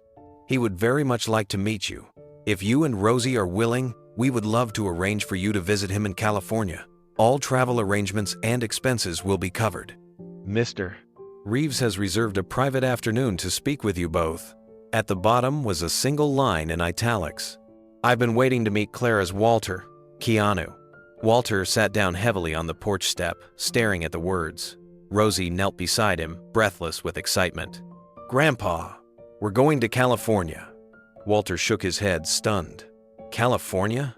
Rosie, I've never been farther west than Denver." Rosie squeezed his arm. "That's the point. Grandma's promise stretched all the way to him. Now it's our turn to take the next step." The following week was a blur. The town rallied around them as soon as word spread. Martha Anderson brought over a suitcase, insisting Walter couldn't show up in California with his patched old duffel bag. The Johnsons at the feed store pressed an envelope of cash into his hand for meals on the road, just in case. Rosie's high school friends pooled their money to buy her a new dress. Everyone seemed invested in this journey, as if the whole town were sending them out together. When the morning came, Walter and Rosie stood nervously at the Wichita airport. Walter's button-down shirt had been ironed 3 times by Martha, who refused to let him look anything less than dignified. Rosie clutched her boarding pass like it was a golden ticket. Walter had not flown since the 60s, and everything about the modern airport overwhelmed him. The security lines, the machines that scanned your body, the endless announcements echoing overhead. But Rosie guided him through it patiently, never letting go of his hand. On the plane, Walter pressed his forehead to the window as Kansas shrank beneath him. The neat squares of farmland stretched to the horizon, then disappeared under clouds. He had never imagined he'd be leaving it all behind, even for a few days. Rosie leaned close. "Grandpa, are you nervous?" Walter gave a thin smile, terrified. "Don't be," she whispered. "He's just a man who kept a promise. That's what you always told me matters most." Hours later, they landed in Los Angeles.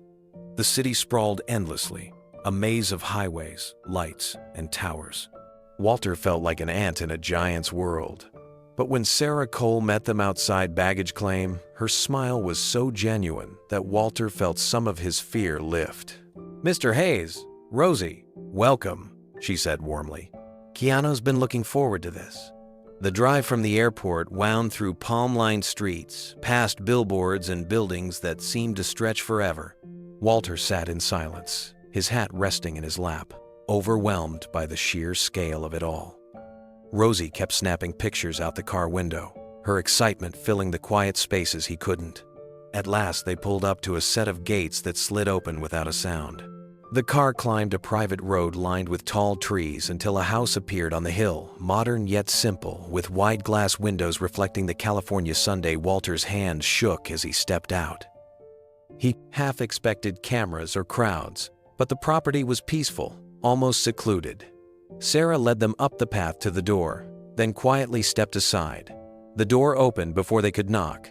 Keanu Reeves stood there, dressed in a plain black shirt and jeans, his hair falling casually across his shoulders.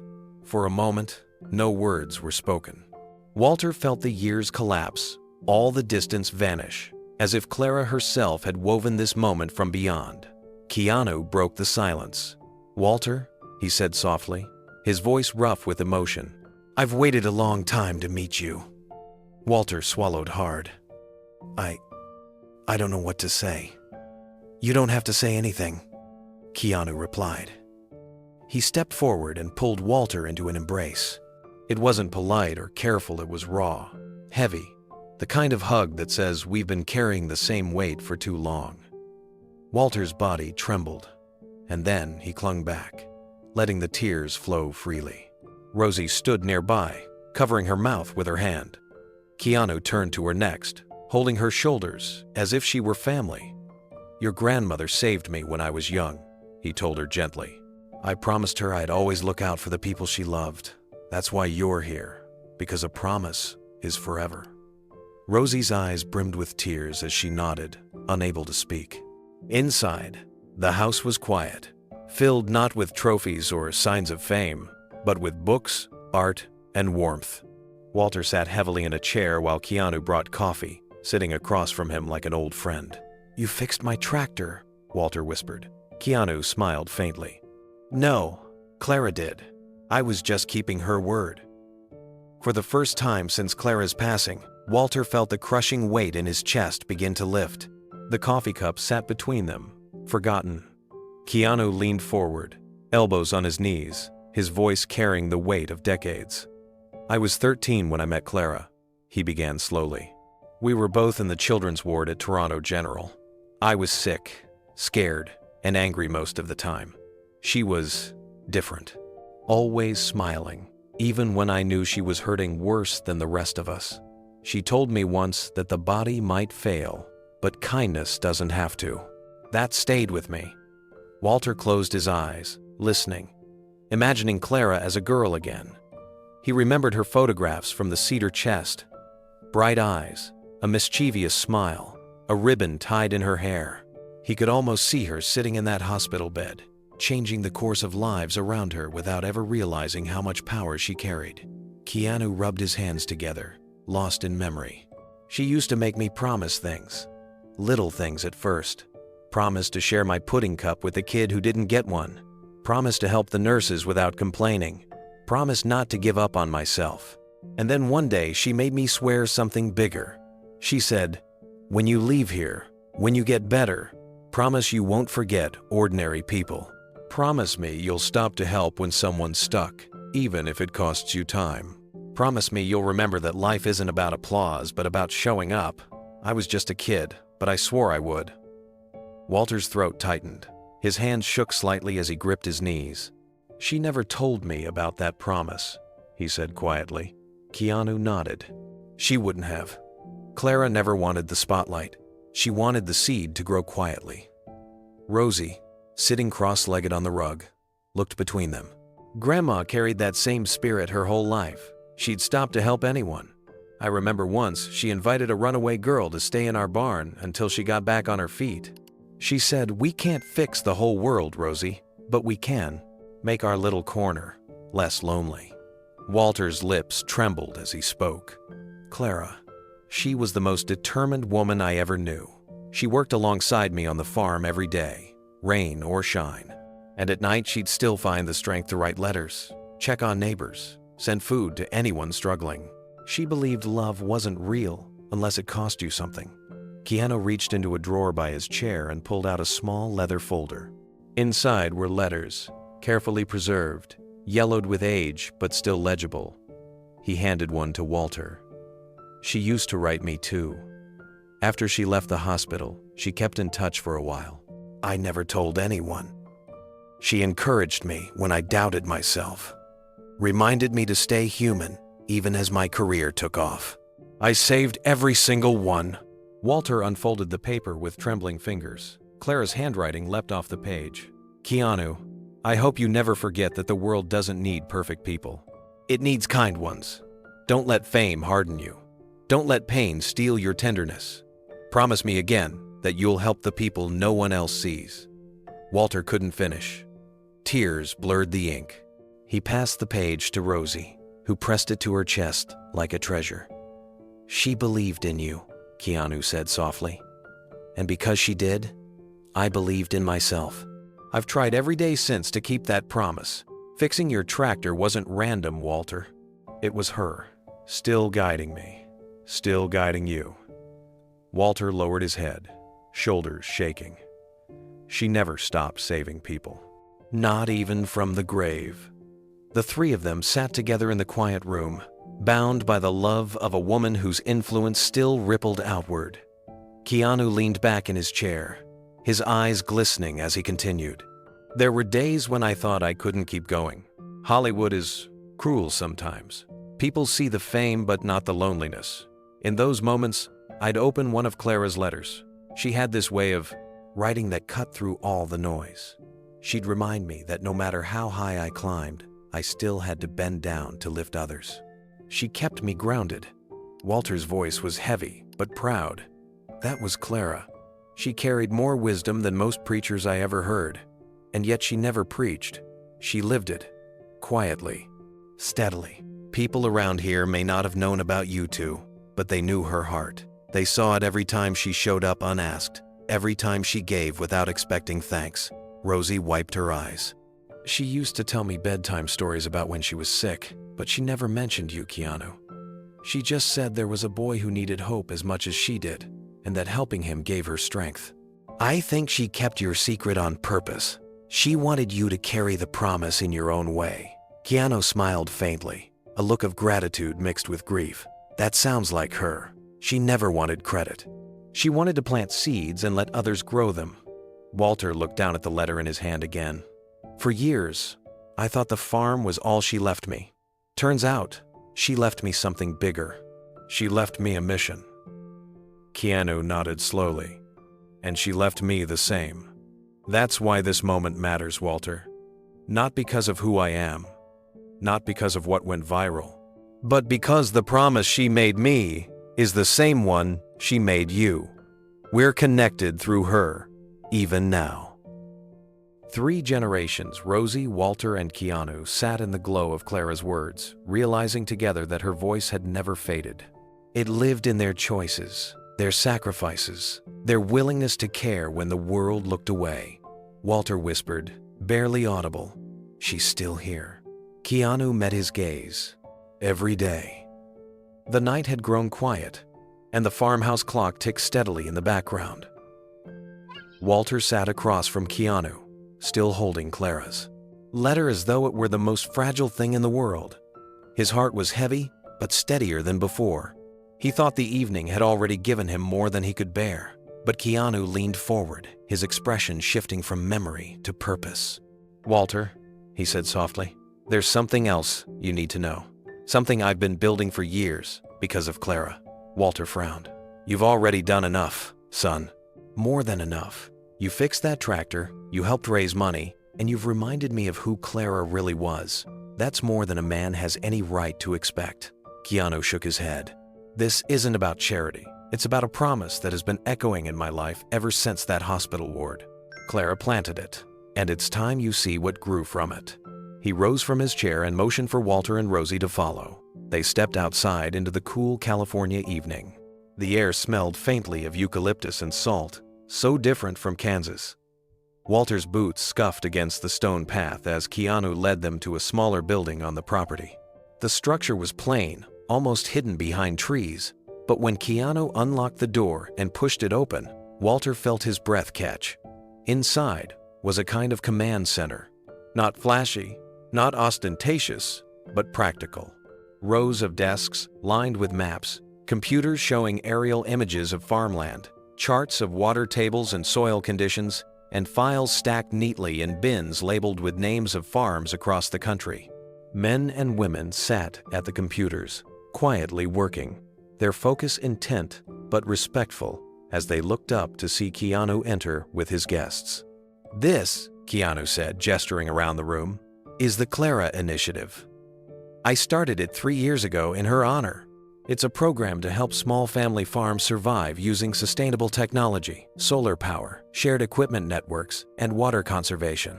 The idea isn't to replace farmers, but to give them tools to compete in a world that's changing too fast for them to keep up alone."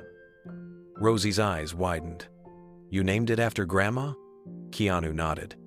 "Because she believed family farms matter. She taught me that ordinary people hold this country together and that no one should lose their dignity just because the world changes around them. She made me promise to remember people like her, people like you."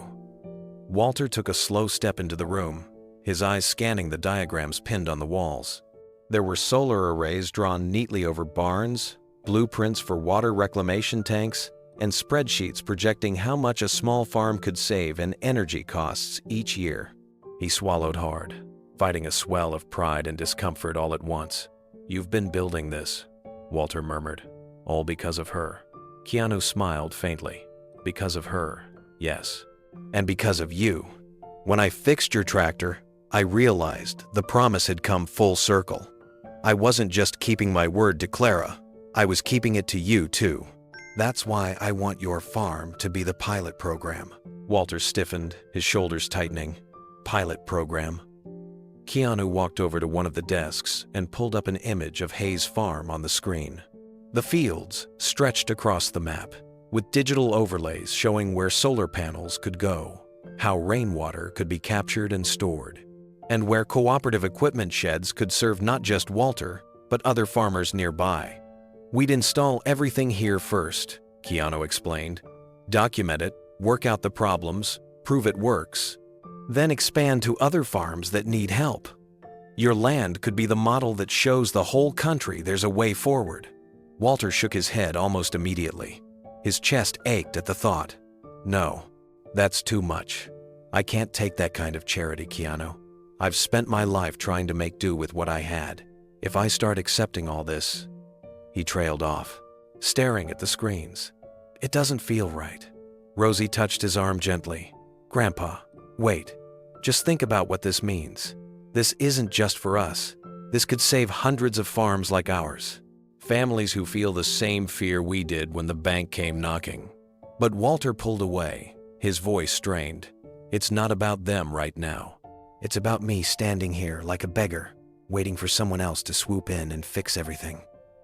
Clara wouldn't want me to take charity." Keanu stepped closer, his gaze steady but kind. "Walter, this isn't charity. This is partnership. And it's not about a billionaire handing out checks. You don't need a billionaire. You need a friend with a wrench. That's all I've ever been. That's all I want to be." Walter stood frozen, his weathered hands curled into fists at his sides. For so long he had fought to keep his farm alive with nothing but sweat, grit, and stubbornness. Accepting something this big felt like surrendering his pride. But Keanu's words lingered in the air. Not a billionaire, a friend with a wrench. Walter finally found his voice. You make it sound so simple, but this isn't just nuts and bolts. This is my whole life. My father bled for this land, his father before him. If I let strangers in to change it, what does that make me? Keanu stepped closer, lowering his tone as if speaking to an equal, not a project. It makes you the man Clara always believed you were, the one who could take care of others as fiercely as you took care of her. This farm isn't just about you, Walter. It's about proving that ordinary people matter, that they can still thrive, that their dignity doesn't get swallowed up by progress. Rosie looked at her grandfather with pleading eyes. Grandpa, don't you see? Grandma planned for this. She made him promise. She wanted us to carry her spirit into the future. If we say no, we're letting her dream die right here. Walter's chest rose and fell. He pressed his hand against his pocket, where Clara's medallion rested. For a long time, he didn't speak, his mind wrestling with fear, pride, and hope. Finally, his voice broke in a whisper. If we do this, it has to be about more than me. It has to be about saving everyone else, too. Keanu smiled, relief softening his face. That's exactly what Clara wanted. The room fell quiet after Walter's last words. Keanu studied him for a long moment, then placed a steady hand on his shoulder. There's one more place I want to show you, he said gently. It's not far, but it's something I built for her, and for moments like this.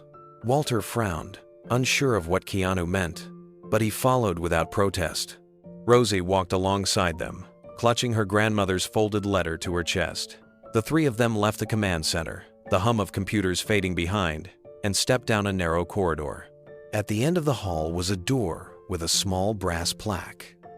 Walter squinted in the dim light and saw the words etched into it. Clara Hayes Memorial Room.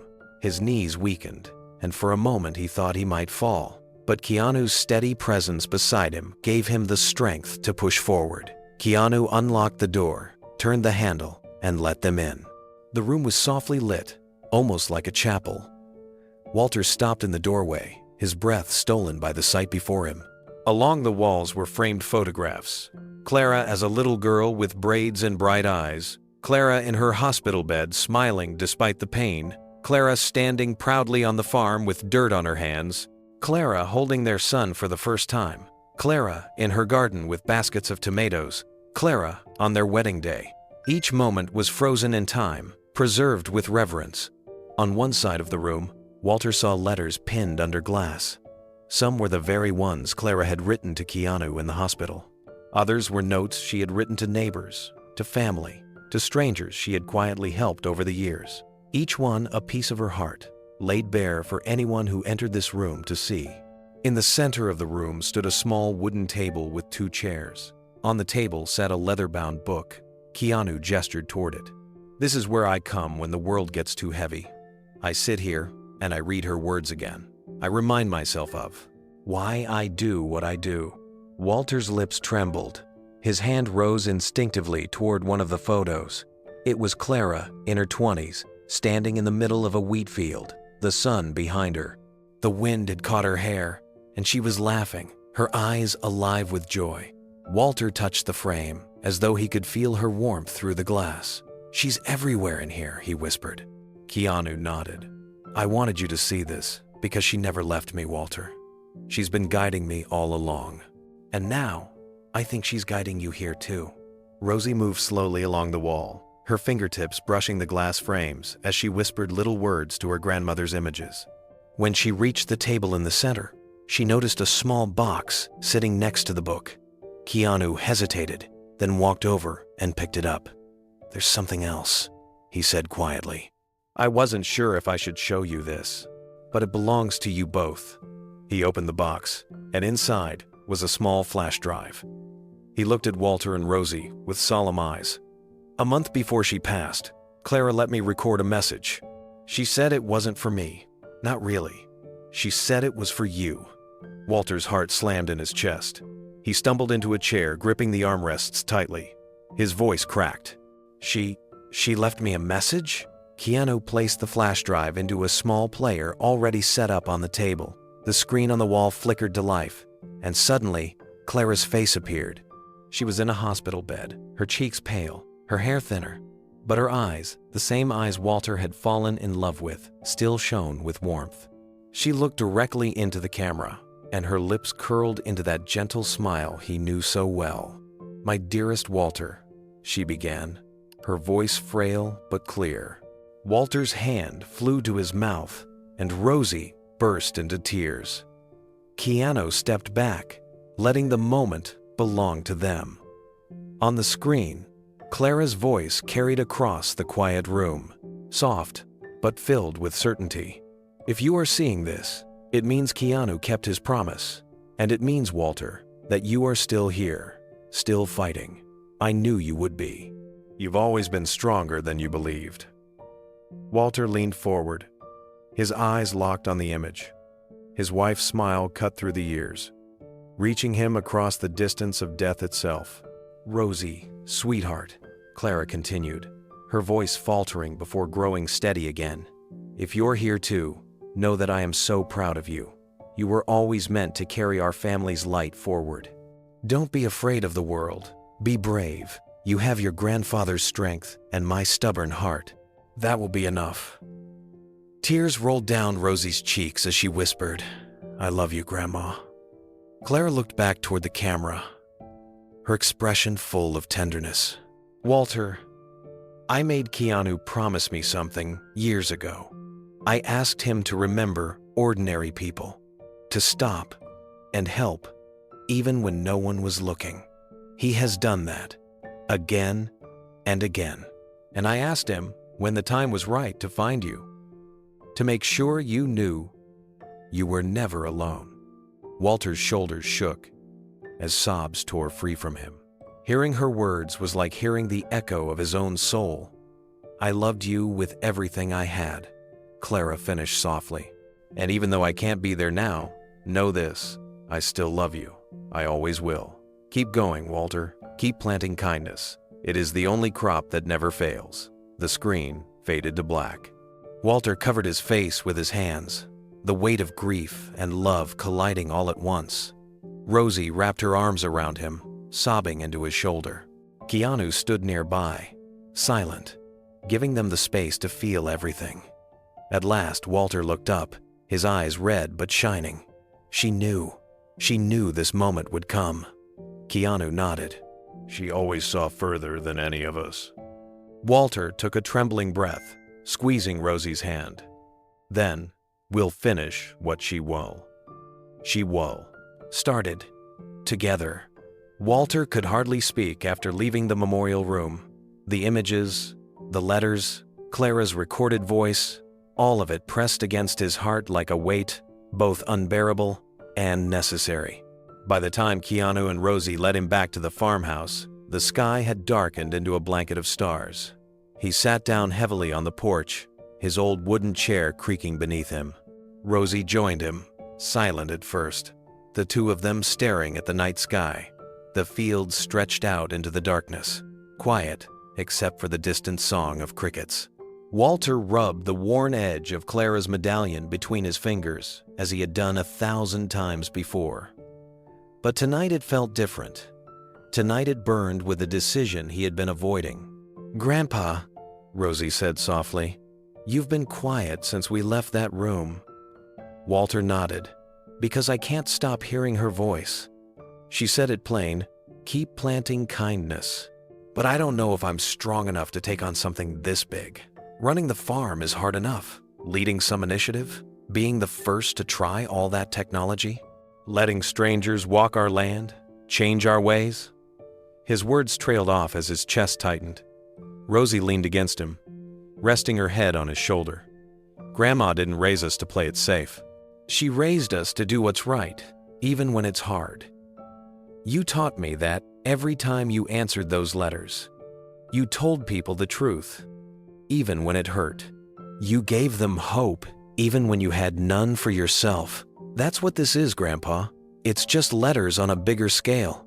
A way to spread hope further than paper can reach. Walter sighed deeply, staring at the horizon. I'm an old man, Rosie. I thought my biggest battles were behind me. But this feels like starting over. What if I fail?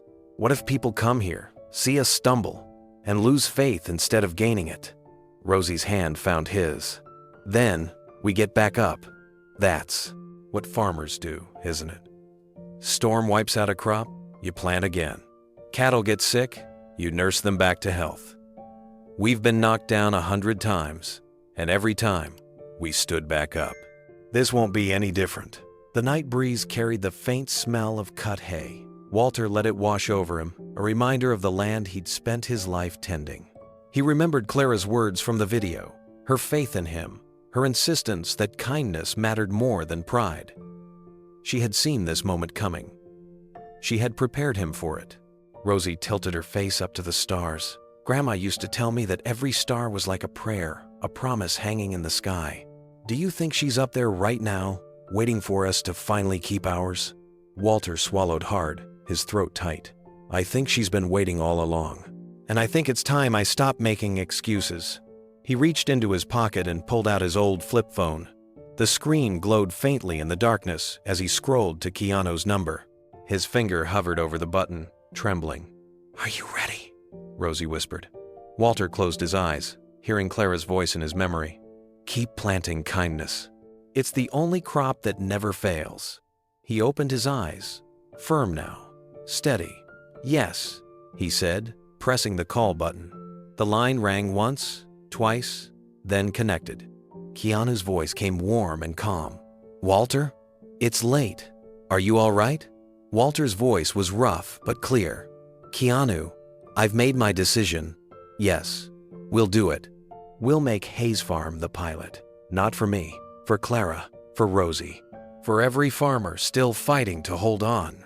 There was silence on the other end, then a long breath of relief. Thank you, Walter. You won't regret this. Together, we'll make it work. Walter hung up and leaned back in his chair. The stars seemed brighter now. He felt lighter, though the road ahead would be hard. For the first time in years, he felt he had chosen purpose over fear. The night settled deeper around them, quiet and full of promise. Walter sat with the phone still in his hand, staring at it, as if Clara herself had just spoken through the line. For a long time, neither he nor Rosie moved. They just breathed in the silence, letting the weight of what had been decided sink into their bones. Rosie finally broke the stillness. Grandpa, I think Grandma would be smiling right now. She wanted you to have peace again, and I think tonight you found it. Walter let out a shaky laugh. Peace, maybe, but also a mountain of work. Lord, what have I gotten myself into? Rosie smiled back, her eyes glimmering in the porch light. The same thing you've always gotten yourself into, fighting for what matters. Walter leaned back, his chair creaking under his weight. The night air wrapped around him, and for the first time in years, he felt something close to hope coursing through him he had chosen. No more hesitation, no more fear. Clara had given him every sign, and Rosie had given him the push he needed.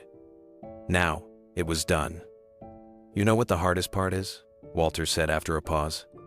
It's letting go of comfort. I've spent my whole life keeping to myself, staying small, keeping the farm quiet. This decision means opening the door wide, letting people come, letting them see me stumble, letting them expect things of me.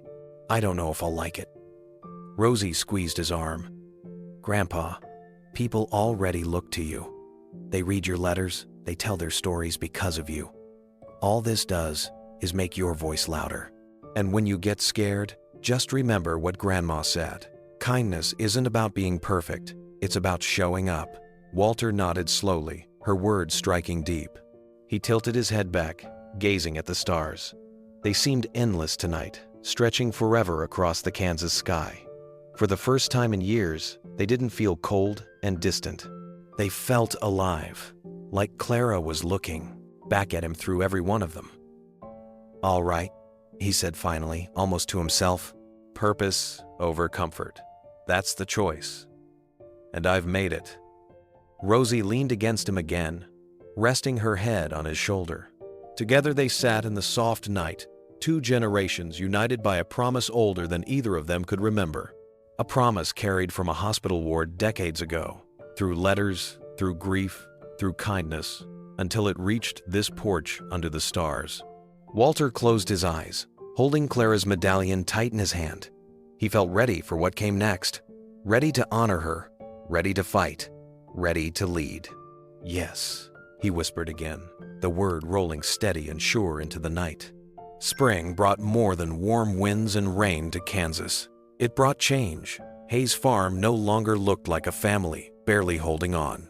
Solar panels gleamed on the barn roof. Rainwater tanks lined the back pasture, and fields that once seemed tired now thrived with healthy growth. But the real transformation wasn't just in the land. It was in the people who came to see it. Farmers began arriving week after week. Some drove hours. Others flew in from neighboring states. They came with worry etched on their faces, stories of mounting debt, failing equipment, and children who didn't want to inherit the burden of farming. Walter met them at the gate, his hands calloused, his posture still stooped with age, but his voice firm and kind. He didn't offer them speeches, he offered them truth. "You're not alone," he told them again and again. "I thought I was, but I was wrong. This place proves we can stand together." By the end of each visit, Walter would hand every farmer a letter he had written the night before. His handwriting was slower now, his fingers stiff with arthritis, but each word carried weight. Some letters were short, just a few lines of encouragement. Others stretched over pages, filled with wisdom he had gathered across a lifetime in the fields. No matter their length, each letter ended the same way. "The best crop you can grow is kindness." The letters spread like seeds on the wind. Farmers carried them home, pinned them to walls, tucked them into wallets, read them aloud to their children. Soon, word spread that Walter Hayes wasn't just teaching farming techniques, he was teaching hope. Rosie became the bridge between the old and the new. She soaked up knowledge from the engineers Keanu's team sent, then explained it in simple terms other farmers could understand. In the barn, she drew diagrams on a chalkboard, breaking down solar grids and irrigation systems. In the fields, she walked alongside visitors, showing them firsthand how the changes worked. "She's a natural teacher," one farmer from Nebraska said, marveling as Rosie explained crop rotation with confidence far beyond her years. She could run this place herself. Walter watched from the porch sometimes, pride swelling in his chest. Clara had been right about Rosie. The girl carried her grandmother's fire, her ability to make others believe in themselves. Where Walter gave wisdom through letters, Rosie gave it through action. Together, they became the heart and hands of the Clara Initiative. By summer, 47 farms had joined. Families who had once been on the brink of foreclosure now found themselves thriving again. Energy costs dropped, water waste was cut in half, and communities that had once been shrinking started to feel alive again. But numbers didn't tell the whole story. What mattered most were the faces. A farmer from Oklahoma who had been days from selling his land now stood with his two sons, smiling as they repaired their own tractor. A widow from Iowa who had thought she'd have to leave the only life she'd ever known now sat with her neighbors, sharing homemade bread baked in an oven powered by solar energy. Everywhere Walter turned, he saw evidence of something bigger than technology. He saw Clara's promise alive in the people who chose kindness over despair. And then, one Saturday morning, Walter woke to the sound of trucks pulling into his driveway. He stepped onto the porch and blinked in surprise. Neighbors poured out of their vehicles, Martha Anderson with her basket of tools, Tom Chin from the diner carrying lumber, even Preston Blackwell, the banker who had once been his fiercest critic. Walter frowned. "What on earth are you all doing here?" Martha grinned. "You've been busy saving everyone else's farm, Walter Hayes." Now it's time we save yours. Walter stood stunned as people began unloading supplies from the trucks. Hammers, paint cans, shingles, ladders, everything needed to repair a house that had seen too many winters.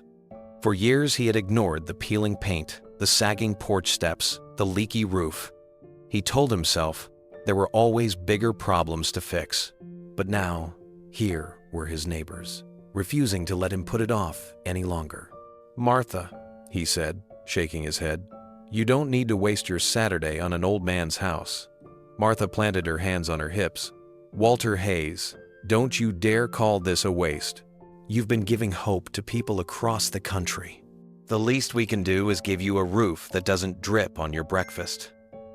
Laughter rippled through the crowd, and before Walter could argue, men and women were already climbing ladders and setting up sawhorses. Rosie hurried to help, her energy contagious. Even Preston, dressed in his work clothes from the bank, grabbed a hammer and joined in. Walter watched, speechless, as the old farmhouse came alive with the sound of community. The porch boards were replaced, painted fresh and strong. The roof was patched and shingled until it gleamed in the afternoon. Sunday windows were cleaned, shutters tightened, and the faded siding gained a new coat of paint. By lunchtime, the place looked less like a house falling apart and more like a home that had been loved all along. When Rosie set down a tray of sandwiches and lemonade, the workers gathered in the yard. They ate together, laughing, sharing stories about Clara, about the farm, about what it meant to belong to a community that cared. Walter sat quietly, overwhelmed by gratitude. For so long, he had believed his world was shrinking, that he and Rosie were destined to carry their burdens alone. But looking out at the sea of faces, neighbors, friends, even strangers who had once been skeptical, he realized the truth. Clara's spirit had not only revived their farm, it had revived their community. As the sun dipped low, the group packed up their tools and promised to return if Walter needed anything else. He stood on the porch, looking at the bright new paint, the sturdy steps, the roof that no longer sagged. For the first time in years, he felt not just hopeful, but cared for. He turned to Rosie with a tearful smile. "Clara was right, girl. Kindness is a crop that grows back stronger than you plant it." 1 year later, the fields of Hayes Farm stretched green and golden beneath a bright summer sky. The wind carried the smell of fresh-cut hay, mingling with the sweetness of pies cooling on tables lined up near the barn. It wasn't just another farm day. It was the first anniversary of the Clara Initiative, and people had come from across the country to celebrate. Cars and trucks filled the gravel drive, their doors slamming as families stepped out with casseroles, tools, and folded lawn chairs. Children chased one another through the grass, while older folks leaned against fence posts, taking in the sight of a farm reborn. Hayes Farm wasn't just surviving anymore. It had become a symbol of hope. Walter stood on the porch, leaning on his cane, his eyes shining as he took it all in. Rosie bustled about, directing people with confidence, making sure everyone felt welcome. She had grown into her role with grace, teaching visiting farmers with the same steady warmth Clara had once carried. Walter knew the farm would be safe in her hands long after he was gone. Amid the crowd, one man slipped in quietly, dressed in jeans, a plain shirt, and his familiar leather boots. Few noticed him at first, and he preferred it that way.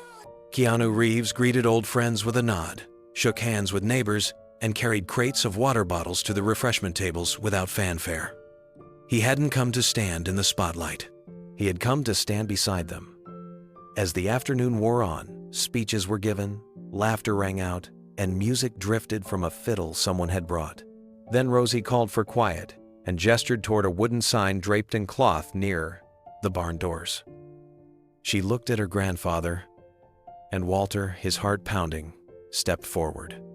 Together they pulled the cloth away, and the words carved into the wood gleamed in the sunlight. "The best crop you can grow is kindness." The crowd erupted in applause, cheers echoing across the fields. Some wept openly, moved by the simple truth. Farmers who had once been strangers now stood arm in arm, united by the seeds that had been planted here. Walter touched the sign with trembling fingers. This isn't just a saying, he told them, his voice thick with emotion. It's the story of my Clara, of all of you, and of what we've built together. Crops come and go, markets rise and fall. But kindness lasts forever. The gathering continued long after the sun began to dip. Lanterns were lit, laughter grew softer, and families lingered, reluctant to leave the warmth of what they had created. Walter excused himself for a time, walking slowly toward the old oak tree that stood at the edge of the field. Its branches stretched wide and strong, a silent witness to generations of the Hayes family. Beneath that tree, Walter carried a letter in his pocket. He had written it the night before, sitting at his desk with Clara's picture beside him. Now, in the cool evening shade, he unfolded it and began to read aloud, his voice quivering but steady. My dearest Clara, a year has passed since your voice came back to me. A year of fear, of doubt, of hope, and of love stronger than I believed possible. I told you once that I didn't know if I could go on without you. I was wrong. You've been with me every step of the way. You gave me Rosie's strength. You gave me Keanu's friendship. You gave me a community I thought I had lost. Today, we unveiled a sign in your honor. It bears your words, Clara. Words that will live long after I am gone. He paused, pressing the paper to his chest. The oak leaves rustled above him, like a whisper answering back. I will join you one day, he finished softly. But until then, I will keep planting kindness. For you, for them, for us. Walter folded the letter and tucked it into the roots of the oak, where Clara had once loved to sit on warm summer evenings. Then he lifted his gaze, watching lanterns glow across the farmyard, and he knew her spirit was smiling there with him. When Walter returned from the oak tree, the lanterns lit the farmyard with a warm glow. People were still gathered near the barn, their voices soft now, as though they understood the sacredness of the moment. Rosie spotted him and hurried to his side, slipping her arm through his. Did you write to her? She asked gently. Walter nodded. One last letter for tonight. She knows we're carrying on. Rosie smiled, and together they walked back to the sign where Keanu waited quietly. He didn't speak at first. He simply placed a hand on Walter's shoulder, a gesture of friendship that said everything words could not. Then, as the crowd hushed again, Walter cleared his throat. Friends, he said, his voice carrying strong despite his years, this farm is proof that kindness can ripple farther than we ever dream. A letter written in a hospital decades ago became a seed. That seed grew into the lives standing here today, and it will keep growing long after we're gone. The crowd erupted in applause, some lifting their lanterns high, the light flickering across hopeful faces. Keanu stepped back, letting Walter's words remain the final note. He never sought the spotlight, and tonight was no different. His smile was quiet, content, as he watched the community honor Clara's legacy. Walter looked at Rosie, then back at the people gathered. The best crop we can grow is kindness, he repeated firmly. So I ask you, will you keep planting it? The voices rose as one. Yes. The night closed with laughter, embraces, and the glow of lanterns floating into the sky. Walter sat, once more on his porch, Rosie beside him, Keanu nearby. He knew the story wasn't just his anymore. It belonged to all of them. And to you, watching this story now, do you believe kindness can ripple through generations? Tell us in the comments below, and share this incredible story so its roots can spread even further